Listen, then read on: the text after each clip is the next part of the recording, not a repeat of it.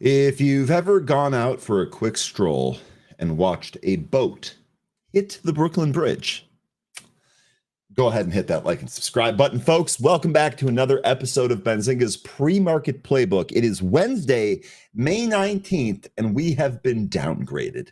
Dun, dun, dun. Sad trombone. Everything's in trouble, right? We'll see. We got a downgrade over the weekend. We got Computex going on. We've got charts to look at, trades to be made, and fun to be had. And we're going to start all of that right now. Happy Monday, everybody.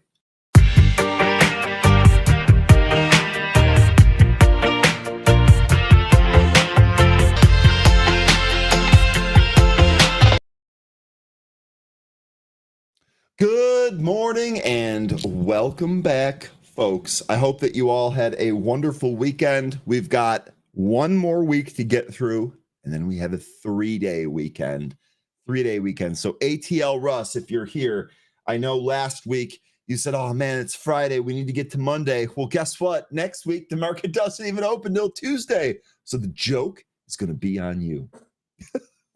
We'll see. We got to get through this week. We got a lot of stuff to do. Great to see a whole bunch of returning faces. Chris, great to see you again. So we are red on the SPY. It looks like you took a SPY long near the end of the week last week. That's going to be a little bit underwater. Now, we are up off of the lows. Now, I'm not going to promise that we close green here today. I'm not going to promise that.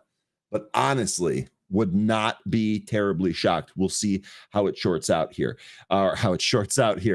Freudian slip, maybe. Lol. We'll see how it sorts out here today. Chris, had I been able to long Apple, I'd be looking for 208.41. Let me know what you see here on Apple. 208.16 here in the pre-market. We do have Computex going on. I'm going to share a resource for all of you with that. Allsorts, good morning. Great to see you again. I went short on Dust. That's not looking too clever. We'll see what happens here today. Again, a lot could change here today. Jay Harris, good morning. Great to see you again. Couch Potato, good morning. Crimp Biscuit, good morning. Whoa, Chris, you must have had a ton of coffee today because Chris is just out here already trading here. Double bang indeed. Good morning, Chris. Good morning, good morning, good morning. Paul, good morning. New week ahead means new money to take from the market. Amen, brother. That is exactly what we're going to try and do. Jane, good morning. It's great to see you again. Sun-kissed Yogi, good morning. Hunter, good morning. Bernhard, good morning. Chuck, good morning. The producer's locked in. We only have one producer this week, so he's pulling double duty. Be nice to him. Big Abuse, good morning, bro. Are you ready for another awesome week? I hope so. Brett, good morning. Mama Bear, good morning. Bobby, good morning. Shanlu Trading, good morning. Let's go. Ed, good morning. Madib, good morning. This Moj, good morning. Day Trader, good morning. Day Trader, you'll be happy to know I started watching The Rock. I always like put on a movie right before I go to sleep just to kind of like relax and drift off into sleep. And I started The Rock. I started The Rock because of what happened on Friday with the memes and all of that about the VX gas. Anyway, it's just as enjoyable as I remember it back in the day. So that's cool. E-Rock, good morning. It's great to see you again. Rooster, good morning. Gary, good morning. Harris, good morning. White Chocolate Mocha is locked in. Keith, good morning. Prudenica, good morning. Dwayne, good morning. Angelica, good morning. There's Russ, Big Ryan, Big ATL Russ. How you doing, man? Good morning. MD, good morning. Himanta, good morning. Hellcat, good morning. And Sean, good morning. All right.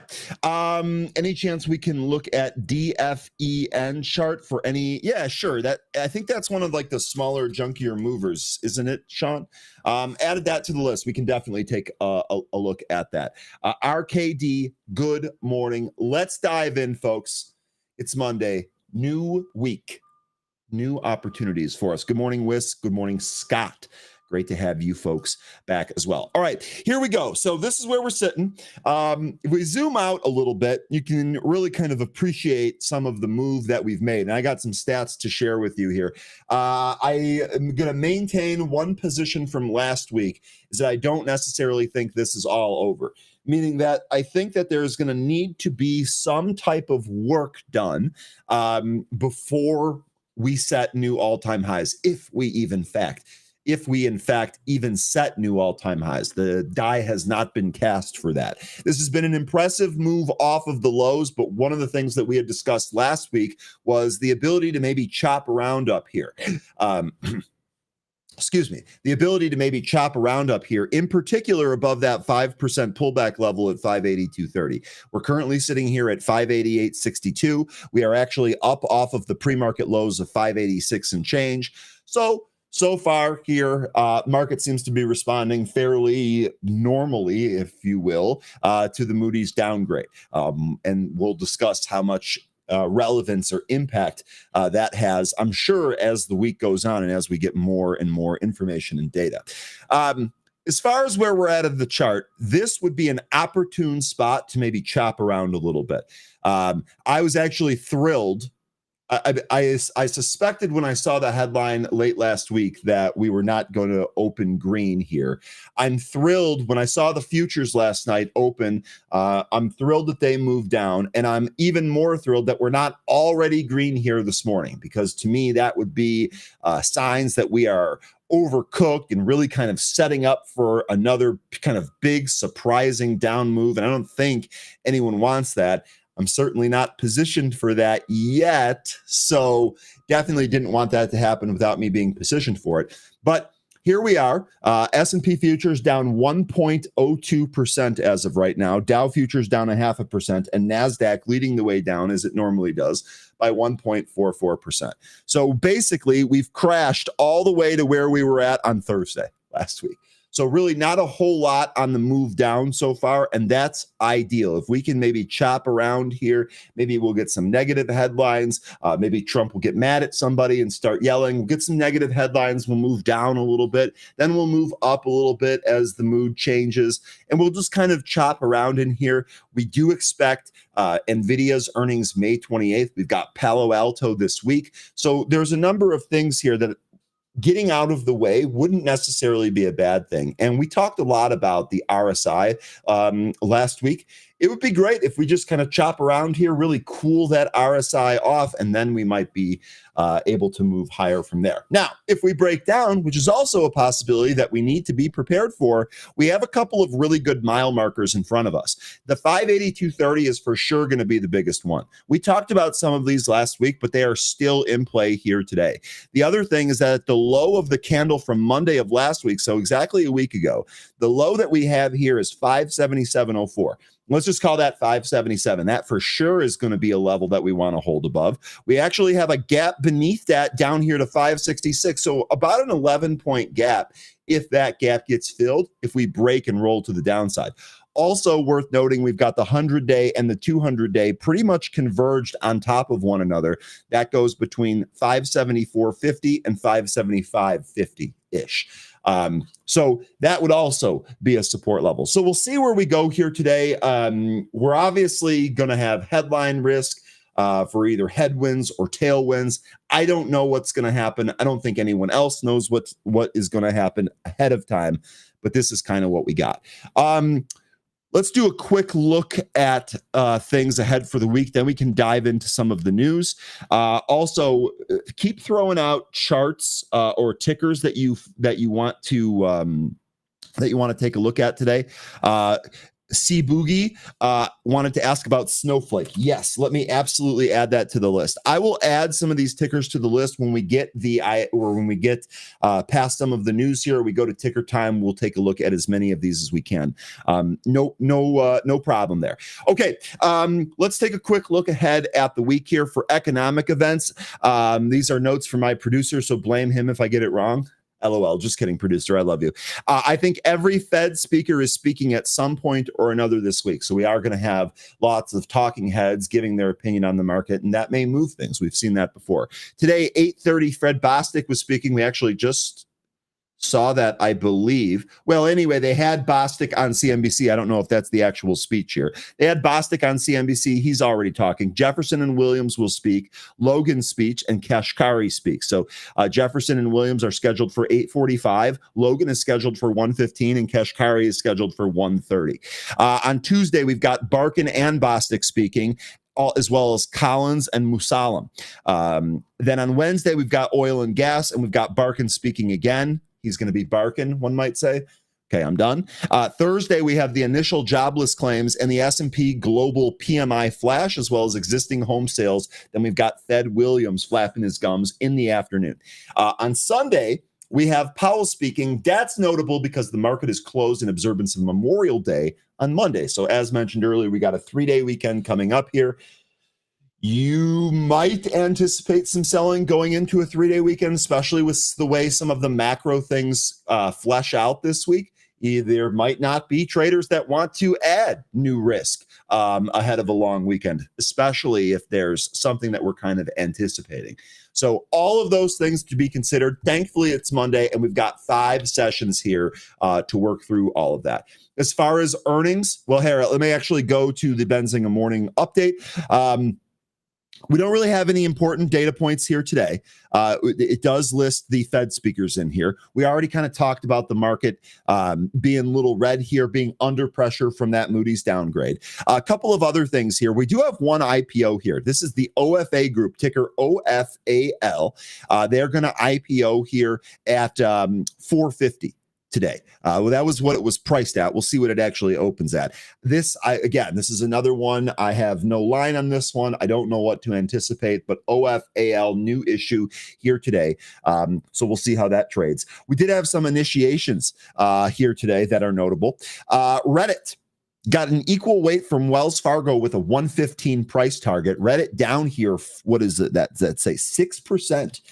In the pre-market. Now, some of that is on the back of the Moody's downgrade. The 115 price target is about just over where it closed last week. I think let me see if I can get it closed at 113 and changed last week. We're sitting down here at 105 in the pre-market, so a little weak there. Stars Entertainment got a buy rating. That's down 5% here. Snowflake got a buy rating. So we were just being asked about Snowflake there. Awesome. E-Rock, I think you're asking for HUT. Sorry for breaking my concentration here, but I want to make sure I get these. Palantir, Charles wants to take a look at. Absolutely. Oh, by the way, I have a stat of the week already that compares to Palantir. It's fun. It's a fun one. We'll check that out here in a sec.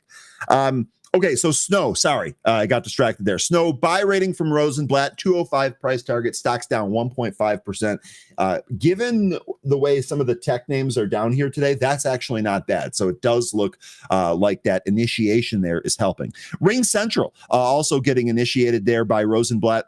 RX Site, I don't think we follow any of those. Beep. I don't think we follow that either. Some conferences or some company events going on today. The Barclays has the annual Emerging Payments FinTech Forum. We have an annual meeting of shareholders here for Apple Hospitality. That's not Apple, the phone company, as well as JP Morgan.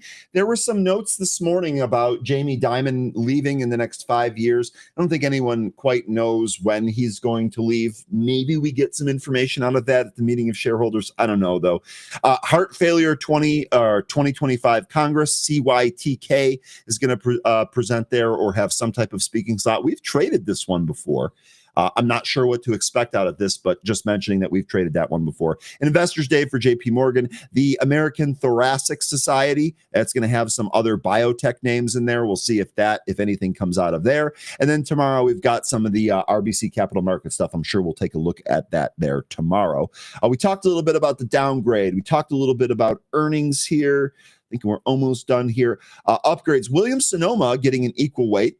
Price target of 166, down only 1.3% here. Delta getting a buy rating. It's barely down here in the pre-market, $66 price target, as well as UAL.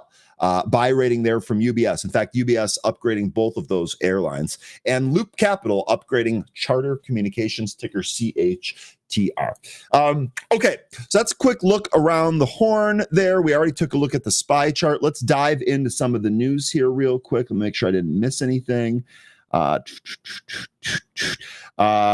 Brandy wants to take a look at IWM levels. Brandy, that is a great idea. Yes, let's absolutely do that. IWM added to the list here. Let me roll through some of the news. What time is it? Okay, we're already 15 minutes in. Let me roll through some of the news here. We don't have any pre-market guests here today, so we'll probably have plenty of time for tickers. Especially when 13 jumps on. We'll go ahead and give you multiple viewpoints on that. But let me roll through some of the news here real quick. We'll get that out of the way. We're going to start here with the news story du jour, the downgrade here from Moody's. U.S. stocks likely to open lower after Moody's downgrade. The bear market isn't fully recovered yet, but it's close. So there is your foreshadowing. We'll go into some of those stats here as well. U.S. stock futures dipped on Monday after closing higher for the day and the week on Friday. Futures of the major benchmark indices were also trading lower in the pre-market. However, Moody's ratings downgraded the United States long-term credit rating from AAA to AA1 and shifted its outlook from negative to stable. This decision means the U.S. has now lost its top-tier AAA rating from all three major credit agencies, following similar downgrades by Fitch and S&P Global. Meanwhile, the 10-year Treasury bond, and to me, by the way, folks, I know there's going to be a lot of back and forth on these downgrades, a lot of finger pointing, a lot of attempted dunking on one another back and forth. The big thing for me, the 10-year. This is something that we have talked about since the beginning of all of this tariff talk and all of the market stuff, and the market moved down. The bond market here in particular, the 10-year, this is what everyone's got their eye on. I still believe that to be the case. This did tick up here. So that is going to be the big impact from this downgrade, is the effect that it had on the 10-year. The 10-year Treasury bond yielded 5.4%, and the 2-year bond was at 4%. Wanted to go down here to some other stats. Okay, fueled by tech giants like NVIDIA and Meta, the NASDAQ led the charge with a robust 7.2% gain last week, contributing to a broad market rally. Again, a little bit of a pullback here, down 1.45% in the NASDAQ here this morning. It's all relative, right? Had 7% to the upside last week. We're down 1.45% here today. Nothing yet. Again, we'll have to see how this plays out throughout the course of this week. U.S. stocks finished higher, marking the S&P 500's fifth consecutive session of gains and a 5.3% weekly increase. Remember, S&P down here just over 1%. Dow also added 3.4%. That's down about 0.5% here today. Okay, let's get to Ryan Dietrich and his crispy and spicy stats. Ryan Dietrich from Carson Research highlighted in X that the, quote, bear market isn't fully recovered yet, but it's close. How many of you agree with Ryan? That's my question. According to the data shared by him, the bear markets between November of 1980 to August of 1982 and March of 2000 to October of 2002 staged the quickest recoveries within 3 months. Quote, should it happen soon, this will be the quickest recovery ever from a bear market or near bear market. First thing conceptually that I would just like to put on the radar here, or put out to the group, is this a bad or a good thing, right? Our snapbacks, do you generally view these as bad or good things? I suppose this probably depends on how you trade more than anything else, but curious on how you kind of shake that out.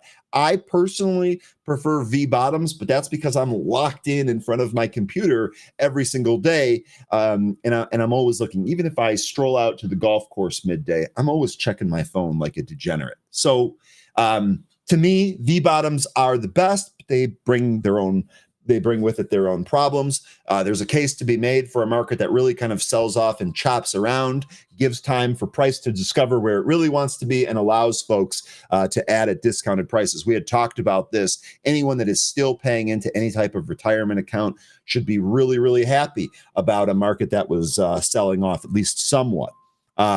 Maybe it happened too quick, but again, we'll assess that as we go forward here. Anyway, back to Dietrich's stat here. No, this bear market isn't fully recovered yet, but it's close. Should it happen soon, this would be the quickest recovery in history ever for a bear market. Here's the chart that he provides with this. Would be more than happy to give you the. In fact, I'll just go ahead and do that. Let me actually just give you the tweet itself. You can pull the photo up if you'd like. I'm willing to bet some of you already follow Ryan Dietrich. Anyway, here's the chart for that. We'll see if we do get the quickest recovery ever. That would be something else. And I'm not even sharing the silly tweet that I meant to be sharing. So sorry about that. Actually, internally, it's just a little peek behind the curtain here. Internally, when we have meetings, a lot of us end up presenting stuff. And when you switch tabs, forgetting to switch what you're sharing is a very, very common thing. And we often have to remind each other that that's the case. So just a bit funny to me that I do it on a regular basis. Okay, anyway, getting back to the downgrade here. Moody's had an investment grade rating on the U.S. debt during 2008 global financial crisis. Recent cut, quote, not a huge shock, says another expert here. Let's roll through this as well. After Moody's ratings recently downgraded the United States to long-term credit rating, this expert mentioned that it's not that really that big of a deal. Sorry, I already read that. Okay. However, experts like Ryan Dietrich, and I promise I have more stats other than just Ryan. Experts like Ryan Dietrich from Carson Research offer a perspective of measured reaction. In a post on X, Dietrich pointed out that Moody's downgrade is not unprecedented, as other agencies have already taken similar actions. He also highlighted historical context, noting also, don't forget the day Lehman went under on September 15th of 2008, Moody's had it rated an A2. This suggests that even leading credit rating agencies can maintain relatively high ratings on entities shortly before significant financial distress. Dietrich concluded that the recent downgrade by Moody's should not be a huge shock given these factors. I guess there you go with the whole Kogan meme. I don't know if that hits for you folks or what, but interesting nonetheless. The agency cited a sustained increase in government debt and interest payment ratios over the past decade as the primary drivers for the downgrade. That's odd.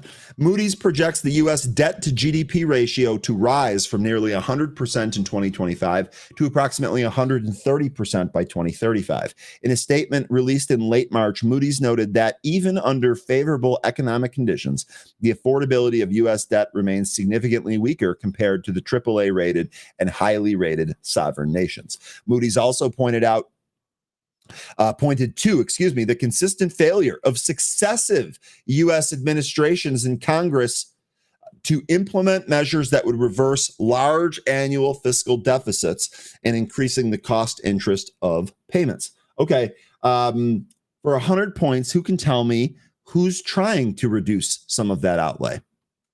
The agency anticipates these trends will persist without substantial reductions in mandatory spending or deficits, leading to further increases in debt and interest burdens over the next decade. Quote, while we recognize the U.S.'s significant economic and financial strengths, we believe these no longer fully counterbalance the decline in fiscal metrics, end quote. That is from Moody's on Friday to Bloomberg.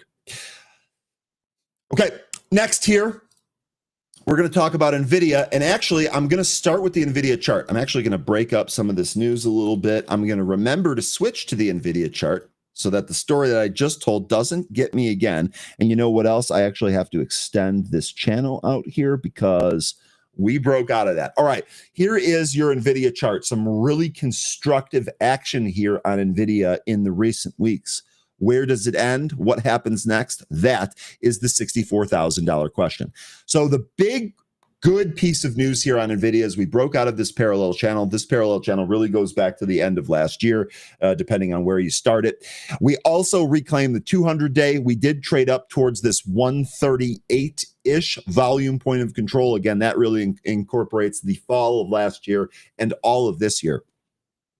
We also have 141-ish marked as a very significant level. This was a consolidation area that we used as resistance and support when we were trading up here near the end of the year. We'll see if we can break out of that. Today here, NVIDIA down 2.82%. You can see where we're at here. The 200-day is the blue line. I've got that value at 125.50. Current price here, 131.60. So we're still 6 points above the 200-day, has a little bit of cushion. Really, for me, like, to remain bullish here on NVIDIA, I really want this to stay above the 200-day. If this pulled all the way back to the I don't think there's any difference of a pullback here to 125.5 versus something like 127, 128. I don't really think there's any difference there. So as long as this stays above the 200, we're probably in pretty good shape. And realistically, the more it pulls back, the more it resets that RSI, the lower the PE is. So I don't know how much that matters to people that are buying NVIDIA, but nonetheless. So this is kind of where we're at right now. Despite the 2.8% haircut that we're seeing here in the pre-market, I don't think there's any reason to panic where we're at the moment. But let's take a look at some of the news here. Taiwan Semiconductor and Hanhai Precision Industry, hope I got that one right, better known as Foxconn, announced on Sunday a partnership to build an advanced artificial intelligence supercomputer in Taiwan. Remember, Computex also going on in Taiwan. By the way, Here is, I'm going to give you this. This is a live blog for Computex. This one is actually used by the gentleman in our happy hour that lives in Taipei, and recommended. So if you want to stay on top of everything that's happening through Computex, this link that I just threw in the chat here to this Tom's Hardware live blog is probably going to be the best way to do that. So there you go. Let me go back to the actual story here real quick. The collaboration includes Foxconn's subsidiary Big Innovation Company, delivering a supercomputer equipped with 10,000 NVIDIA Blackwell GPUs, representing one of Asia's most powerful AI computing infrastructures to date. Quote, AI has ignited a new industrial revolution. This is not the first time that we've heard this. So I guess this is what I want to gather from the group here. Do you think that that's true or not? AI has ignited a new industrial revolution. Science and industry will be transformed, said Jensen Huang. The Taiwan National Science and Technology Council will invest in supercomputer to provide AI cloud computing resources across Taiwan's technology ecosystem. Officials aim to create an AI-focused industrial ecosystem in southern Taiwan, that according to Minister Wu Chengwen, which I'm pretty sure I'm pronouncing correctly. TSMC, the world's largest contract chip maker, plans to utilize the system to accelerate semiconductor research and development. Quote, by harnessing advanced AI infrastructure, we empower our researchers to accelerate breakthroughs in semiconductor technology. End quote. That is from C.C. Wei, chairman and CEO of TSMC. The system will feature NVIDIA's Blackwell Ultra systems, including NVIDIA's GB300 NVL72 rack scale solution with specialized networking technologies.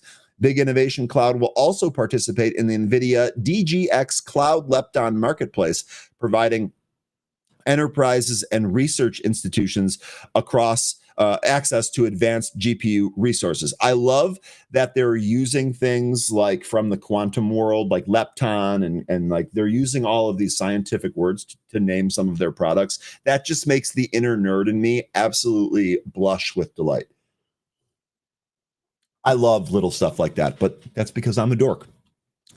This partnership expands on NVIDIA's recent global AI initiatives, including planned investment of $500 billion in U.S. AI infrastructure. The company has seen significant market growth, recently re-entering the $3 trillion market capitalization category amid surging demand for AI chips worldwide. Foxconn plans to apply supercomputers' capabilities across three core areas: smart cities, electric vehicles, and manufacturing, enhancing Taiwan's technological competitiveness in the rapidly evolving AI landscape. Continuing here with NVIDIA, and then we're going to talk a little bit about Apple. I'm going to try and go quick here. Speaking to a packed Taipei Music Center, Huang was wearing his trademark leather jacket, just in case any of you cared about that. After taking stage, he noted among the audience that Taipei Music Center are my parents. Huang also expressed his deep affection for his homeland, Taiwan. He remarked, quote, Taiwan, which I have been visiting for over 30 years, is the hometown of our invaluable partner corporations. We are working together to open the AI ecosystem. There was also a couple of announcements I wanted to cover here. Key announcements include the RTX 5060 GPU alongside a new MSI laptop equipped with the same chip, the DGX Spark desktop AI workstation NVL Link Fusion, a groundbreaking interconnect technology that let other chip makers integrate the NVIDIA systems. Now, this RTX GPU, 13 and I have been talking a lot about how NVIDIA really missed the mark with this GPU launch. In the past, that would have absolutely decimated the stock price, but because AI is the big angle here with NVIDIA, it looks like that kind of flew under the radar. The question to me is, did they actually fix any of this stuff? And unfortunately, I won't know that until I do a little bit deeper dive into the chips themselves and the product themselves. But that is something that we're going to be taking a look at. Maybe 13's already done some research on that. I'll have to ask him. The CEO also introduced NVIDIA Constellation, a new office in Taipei's B2 district. I am almost certainly butchering that, and I'm sorry about that. The CUDA-X libraries, we talked about that. In robotics, Huang showcased the Isaac Group platform and the Newton engine, enabling robots to learn real-world navigation and human-like actions via simulation. This is interesting. We just got shown a Tesla robot that was dancing, including shuffle dancing, which seems more difficult for the robot to do. Nonetheless, it's doing it. Be interesting to see what some of these engines do for all of that. Robots are already learning real-world navigation and human-like actions. He also revealed that NVIDIA's RTX Server Pro would support the DeepSeek R1 model. NVIDIA is set to report its first quarter earnings on May 28th. Just kind of asking the group here, what do we think about NVIDIA's earnings? We think these are going to be good. We think they beat, I guess, perhaps even more importantly than what the number is. You think NVIDIA is going to trade up after this?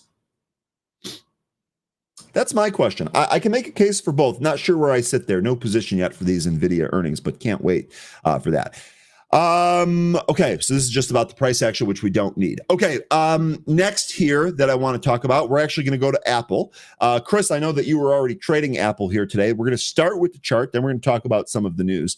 I will be honest, the Apple chart here actually looks pretty good here to me. The next step here is going to be this 215 break and hold above. We can do that. I got this here, right here. In fact, let me just draw a line so I can actually keep this on here. Where's my horizontal line? 215 right there. We'll edit it to make it perfect so my CDO doesn't flare up. Okay. So this chart actually doesn't look bad. Oh, looks like someone's fighting out there.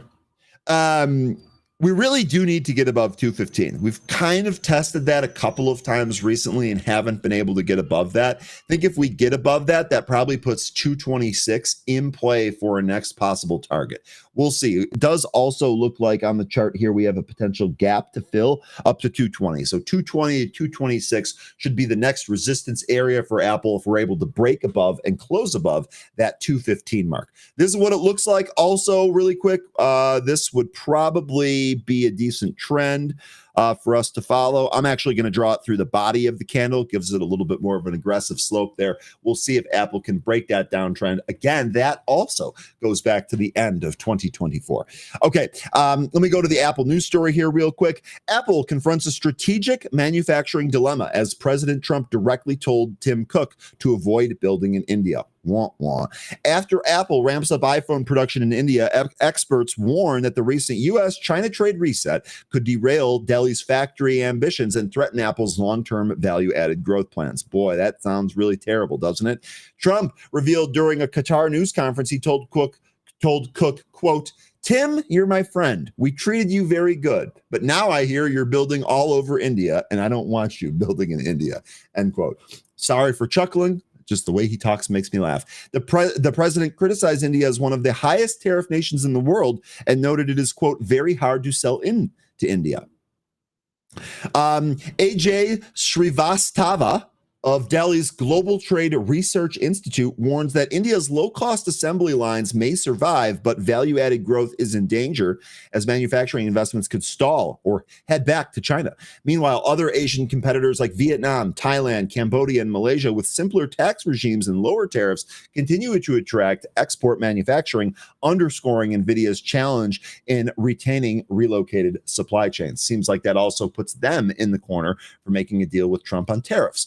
The expert notes Apple earns over $450 per phone sold in the U.S., while India retains less than $25, despite the full $1,000 counting as an Indian export. Excuse me. Cook confirmed during Apple's recent earnings call that the company expects, quote, the majority of iPhones sold in the U.S. will have India as their country of origin, end quote, for the June quarter. However, the U.S.-China trade reset, which dropped tariffs from 145% to 30% versus 27% for India, threatened to redirect manufacturing back to China.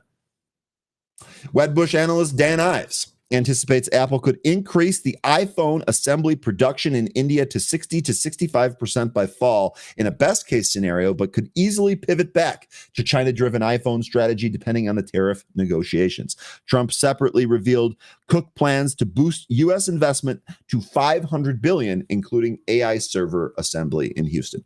So we'll see how that goes for Apple. Really just kind of simplifying this as much as I can, like we were just looking at on the chart here. This really comes down to 215. If this thing can get above 215, we've got a number of other targets that we can start working to. If it doesn't, I think we can start looking at some of these downside targets that were carved out by the Liberation Day move down. This is how I would trade Apple. I'd love to hear you folks how else you're looking at this. Bilal, good morning. I will add Google to the list. Absolutely. Good morning, Lion. Good morning, Kayla. Good morning, Mike. Good morning. Anyone else that I missed? Captain Cloudy. Good morning. Great to see you again. Alish. Good morning. Peen. Good morning. You wanted to add Hood and Roblox. We're coming in hot today. I'll add those to the list too. Okay. I had mentioned that one of my producers is out. The other one is really kind of holding it up for everyone else. And he uncovered quite the hilarious tweet. So we're going to take a little bit of a break, and we're going to talk about that. First of all, Trung Fan, if you guys don't follow this account on Twitter, you absolutely should. Tons of good stuff in here.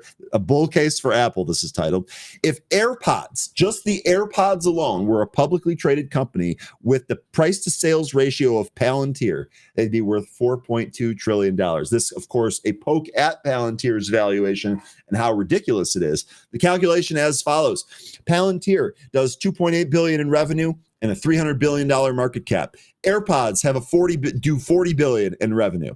So if we take 40 divided by 2.8, we get 14.2.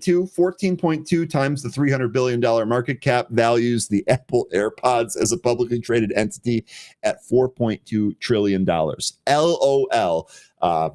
This is a clever way of thinking about it. Of course, a lot more goes into that. You can't necessarily invest off of this. Rather cute more than anything else. But this was shared with me. I lulled a little bit pretty early in the morning, so I figured I'd share it with you. Okay.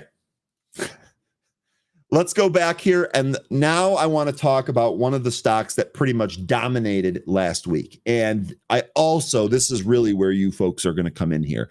I really also want to get your opinions here on this. So first of all, question right off the top, the easy one for everybody, maybe not the easy one, but the big question that everybody is waiting for. Has UNH bottomed?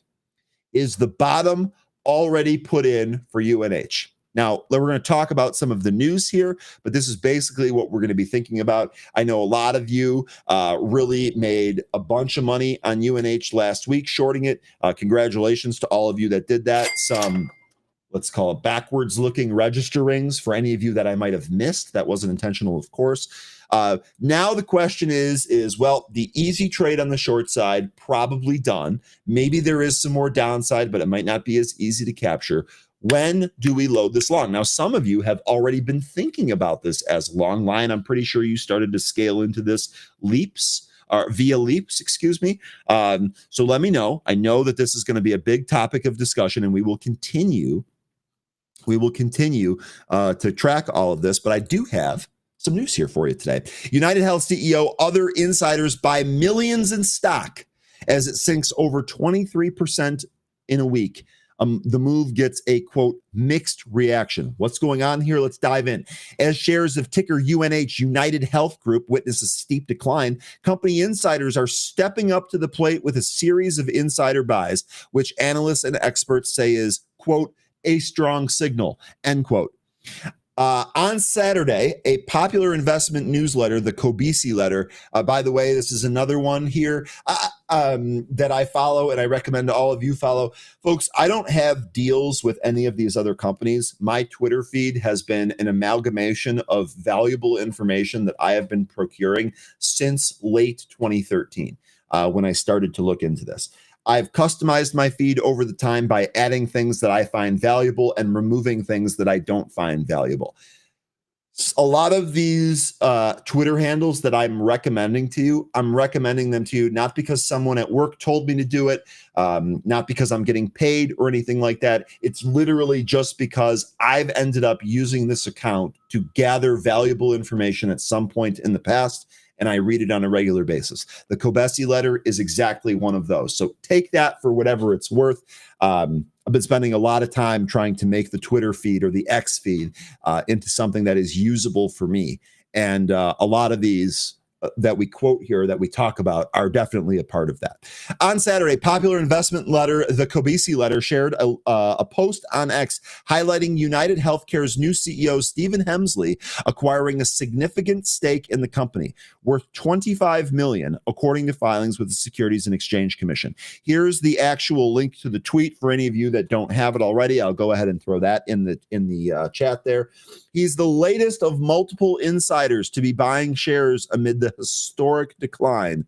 What does it tell you if insiders are buying here? Okay. What does it tell you if insiders are buying here?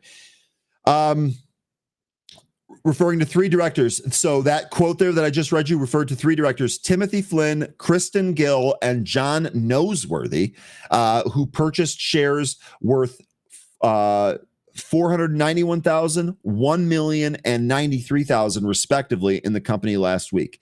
This is in addition to United Health's CFO John Rex, who bought shares worth 5 million, according to SEC filings. Replying to the Post, investment manager Mike Shell says that investing personal capital after a sharp decline is a, quote, strong signal, end quote, that management perceives a positive asymmetry in the stock, suggesting limited downside risks relative to its recovery potential. So what do you think? Is the downside limited now that where we're at here? Remember, one of the other things that we have discussed for a long time here is be very careful about convincing yourself, because really that's what matters at the end of the day. Be very careful in convincing yourself that a stock cannot go lower. We have learned that stocks, no matter how much you love them, can often go lower. That being said, now we're actually seeing some people involved in this put their money where their mouth is, so to speak. Keep in mind, these folks generally have long time horizons, so it's not as if they're looking to sell these in June or July this year. Might be a longer situation here, but nonetheless, this is noteworthy information. United Shell. You can only laugh sometimes when the cat's got your tongue like that. United Health shares have witnessed a steep decline since its disappointing first quarter results last month, when the company narrowly missed expectations, posting an earnings of $7.20 per share versus the consensus estimate of $7.29. However, it's been under scrutiny ever since the assassination of its insurance unit CEO Brian Thompson in December of 2024 by a disgruntled insurance patient Luigi Mangione. The stock once again witnessed a pullback last week following the abrupt departure of its CEO, Andrew Whitty. Former CEO Hemsley was reinstated, and the company subsequently withdrew its full-year guidance. Boy, we have a surprise CEO shakeup and a guide withdraw. I mean, hard to take away positives from that, but that is now juxtaposed, of course, with multiple insiders buying. To make matters worse, a Wall Street Journal report claimed United Health was under a federal criminal investigation focusing on its Medicare Advantage business practices.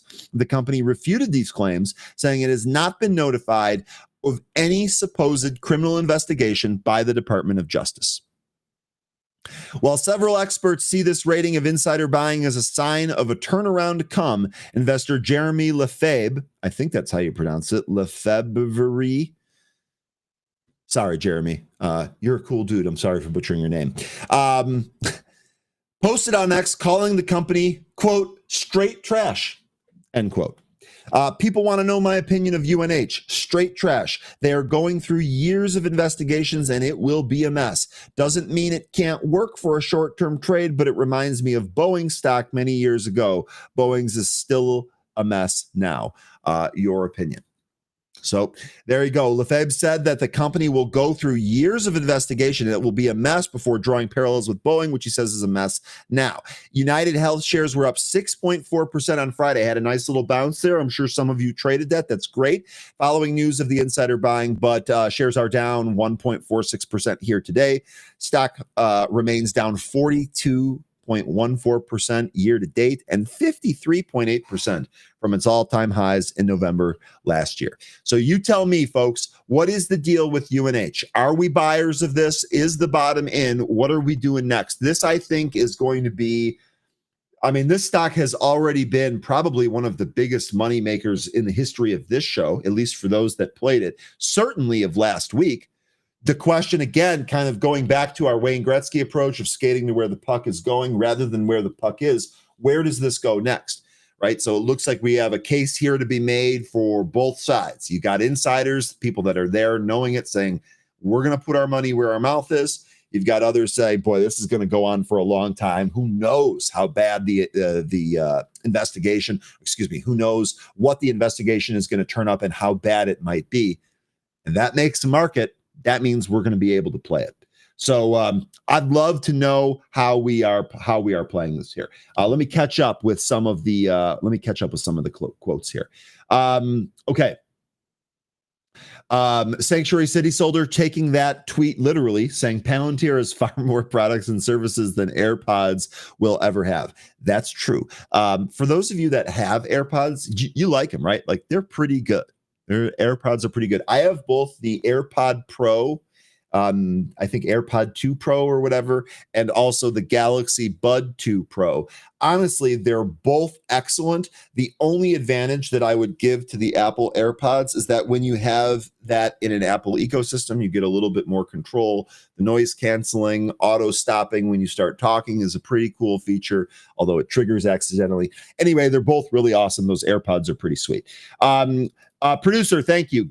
Make sure to vote in that poll. I really want to hear if we could. Okay, a couple of things. So number one, we talked a lot about last week about really trying to like and subscribe the channel. We absolutely want you folks to help us exploit the YouTube algorithm so we can continue to add more great traders and great observers to the stream here. It's free for you. It only takes a second. Please do that.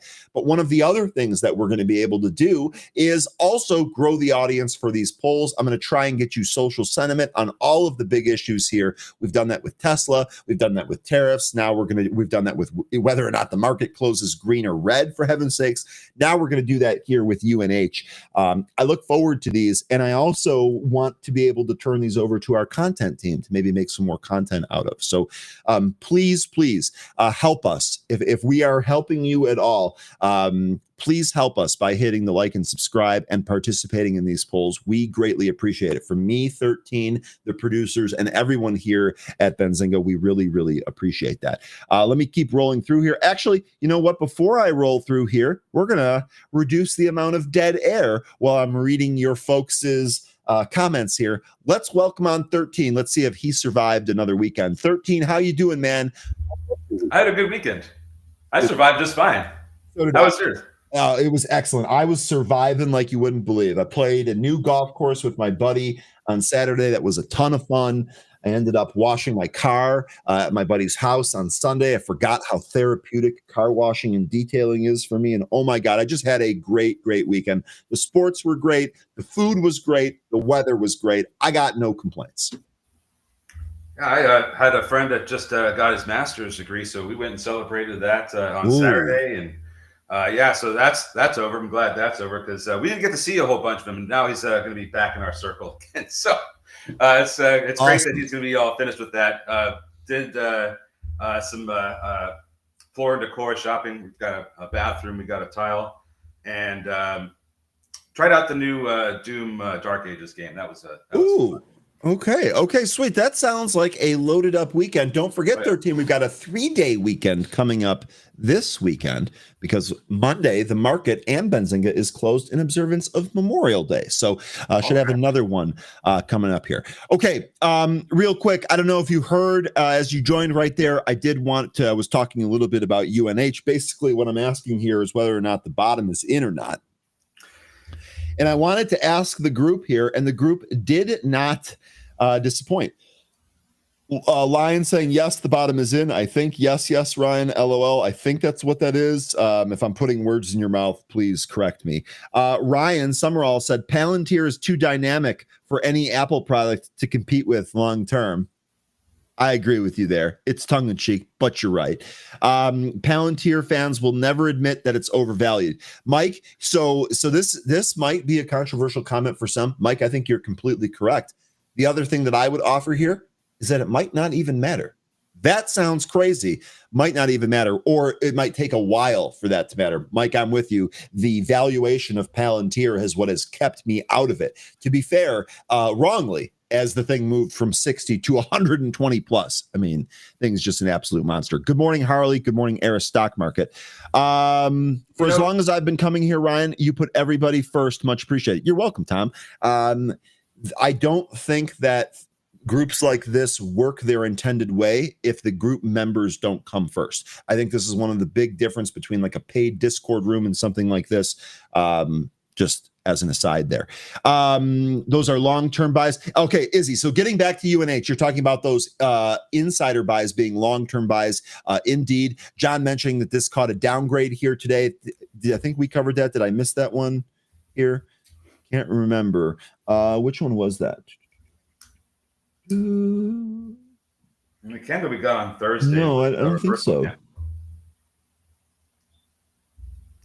But yeah, so that reversal candle, I think that we're going to see some more upside, probably up to somewhere around 375, 350, somewhere in there. I think this is definitely going to be turning around and trying to trade back up. I don't know if the bottom is in or not. I don't want to say it is or it isn't, but we had a reversal candle on Thursday, so I do expect this to turn around and trade up some more. But I don't think it's the downside could be done yet, and I think you guys are citing a lot of the headwinds that it still is facing. But if you are a long-term investor, I think buying down here now isn't a bad idea if you have a plan on how you're going to average in. I think this stock is pretty heavily discounted still after all that's been going down, but it still has a tremendous amount of headwinds it's got to face as well. So I'm not going to say whether or not I believe the bottom is in. I do believe that it is going to be turning around and trying to trade back up for a period of time. But I don't think that ultimately the bottom is in quite yet. We might see slightly lower prints, some sideways action. But if you are a long-term investor and you are looking to get into this for the long haul, I don't think the prices down where it's at right now are a bad idea. Okay. And to your point there, one of the things that you're making very clear there is that your time horizon is going to absolutely play into that. I think that's really important to remember. Years, and I wouldn't be buying big up here. I'd be starting small and gradually increasing if the price continues to deteriorate. Yeah, that's a really good call there. John saying this was downgraded today. John, I didn't see that downgrade here yet. Sorry about that. I might be a little bit behind on that. Let me know which house downgraded that. Izzy here mentioning just because they buy doesn't make it bullish. Right. No, the market tends to respond to that. We actually saw the stock did respond to that. The question here, Izzy, is going to be, is there any carry through? And to your point, we don't know if that's the case yet. D mentioning NVAX has a vaccine approval. That's on the movers list. Literally one of the top ones. We're definitely going to be covering that. Spotify and listening to Ryan too loud will eventually cause hearing damage. Not trying to cause hearing damage there, but totally get it. N says the problem with UNH is that if Medicare is its biggest revenue stream. So again, this one of the long-term concerns here, right? Like if their practices are unscrupulous, I guess is the right word, and that being one of their biggest revenue streams, can this thing ever recover? Right? I think and that's what you're saying there, and you might be right about that. Neville here saying it's too big to fail. I'm buying UNH. Okay. Donald Chump, one of my favorite handles actually, says I think UNH will be okay. A few strategic donations and crypto buys will make the investigations go away. This might be one of the comments of the day here so far, Chump. That's good stuff there.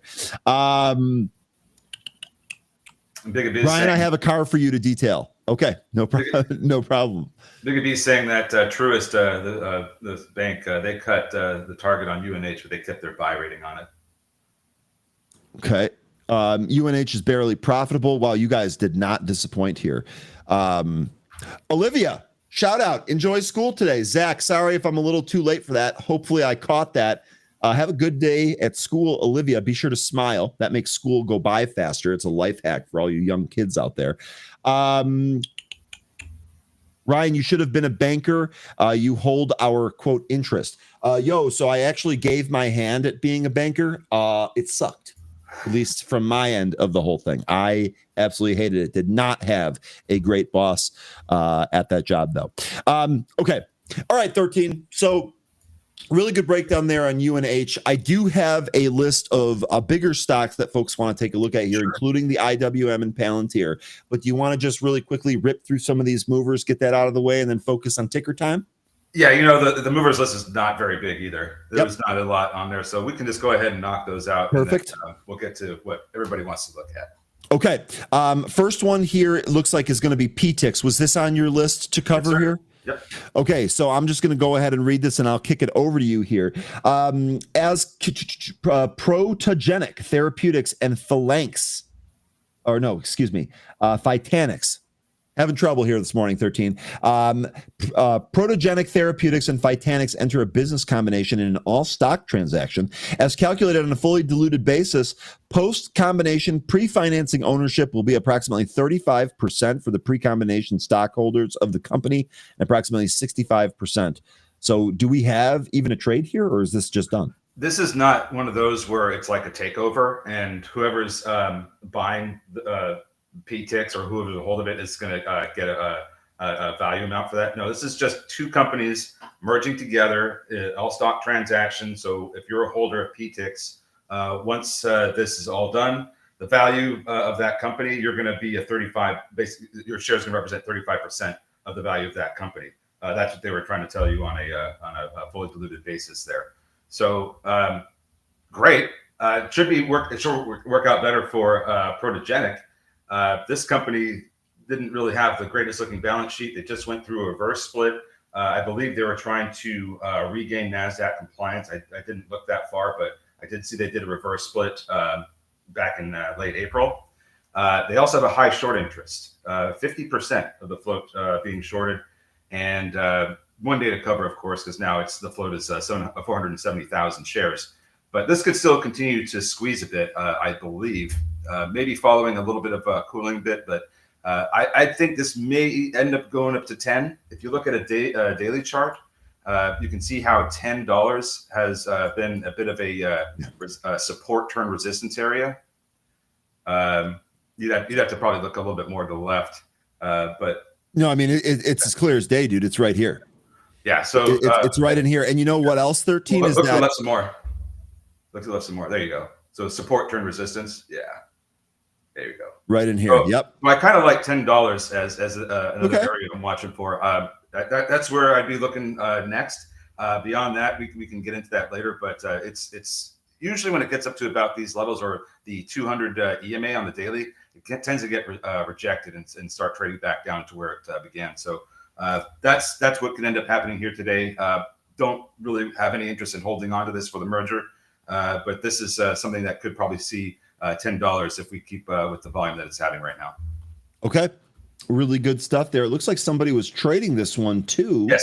Yes, I saw that earlier. Already, yep. Trading music, day trading, Trader Medic, excuse me. Day trading just made mad gains in PTIX. Well, you're having a really good morning, like making gains early in the morning. That's absolutely sweet. Riman is asking what time U.S. opening? Same time it does every single day, 9:30 a.m. Eastern. That comes in 33 minutes from now. Okay, really good breakdown there. PTIX. This next one here is kind of a lull. This is HKPD. Not HKD, but HKPD. You can see this thing in the pre-market here popped as high as 220. Really kind of come back in, struggling mightily, one might say. I don't see any news in this at all. This looks to me like it is trading higher on no news here today. Something to be careful of. 2.38% of its float shorted here with 1 day to cover. That comes on 160,000 shares of average volume. Today we've traded just shy of 31 million. Stock has a float of 4.7 million. You think this is just a pump job, 13? Well, producer had a pretty interesting mention here when he was, listing some of the potential gainers today. He says that the China pharma names might be rising based on the drug price cut order from Trump. So some of these junkier China names that are involved in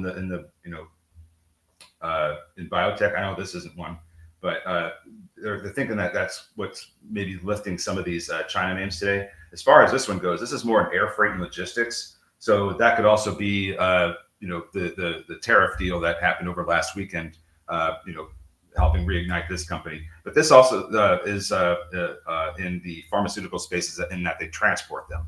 So that's possibly why this is moving. I don't have anything else on this company. 4.7 million shares in the float. Didn't spend too much time on this one really at all. Let's take a look at the chart here. So you could draw a trend line on the chart. We can. That'd be something I'd be watching for. But this is one that it's not going to really move on really anything fundamental. I don't even think we have a great read on their so the balance sheet that shows like they have 365,000. Don't have any income on their or any income on their or read on their income. I mean, sorry. So we'll just have to go with the technicals, and right now the technicals are telling us that this is still headed down toward the 200 EMA on the 5-minute, well below its VWAP. But that the trend line that we just drew here, once we open, that'd be something to watch for if it starts to trade back up. First step it would have to do is break through VWAP, but if it can do that, then I think this trend line breaks. That's HKPD, junky name. Be careful with it. Okay, good stuff there. Or what else do you have on your list here? Because another one here is NVAX, and I can jump to that. Do you what else is on there that you? The only other one I was looking at was BCLI. They received.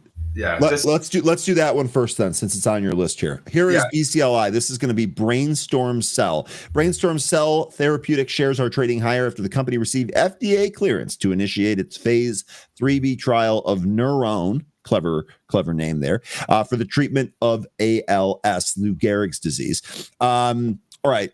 Quick look around the horn here. We did pop as high as 3. We came all the way back in. We've given up the VWAP. This thing is showing massive weakness and declining volume here in the pre-market, which we really want to turn around for this to be a decent day trader here. Quick look around the horn. 5.39% of the float shorted with 1.85 days to cover. That comes on 171,000 shares of average volume. Today, we've traded just over 32.5 million.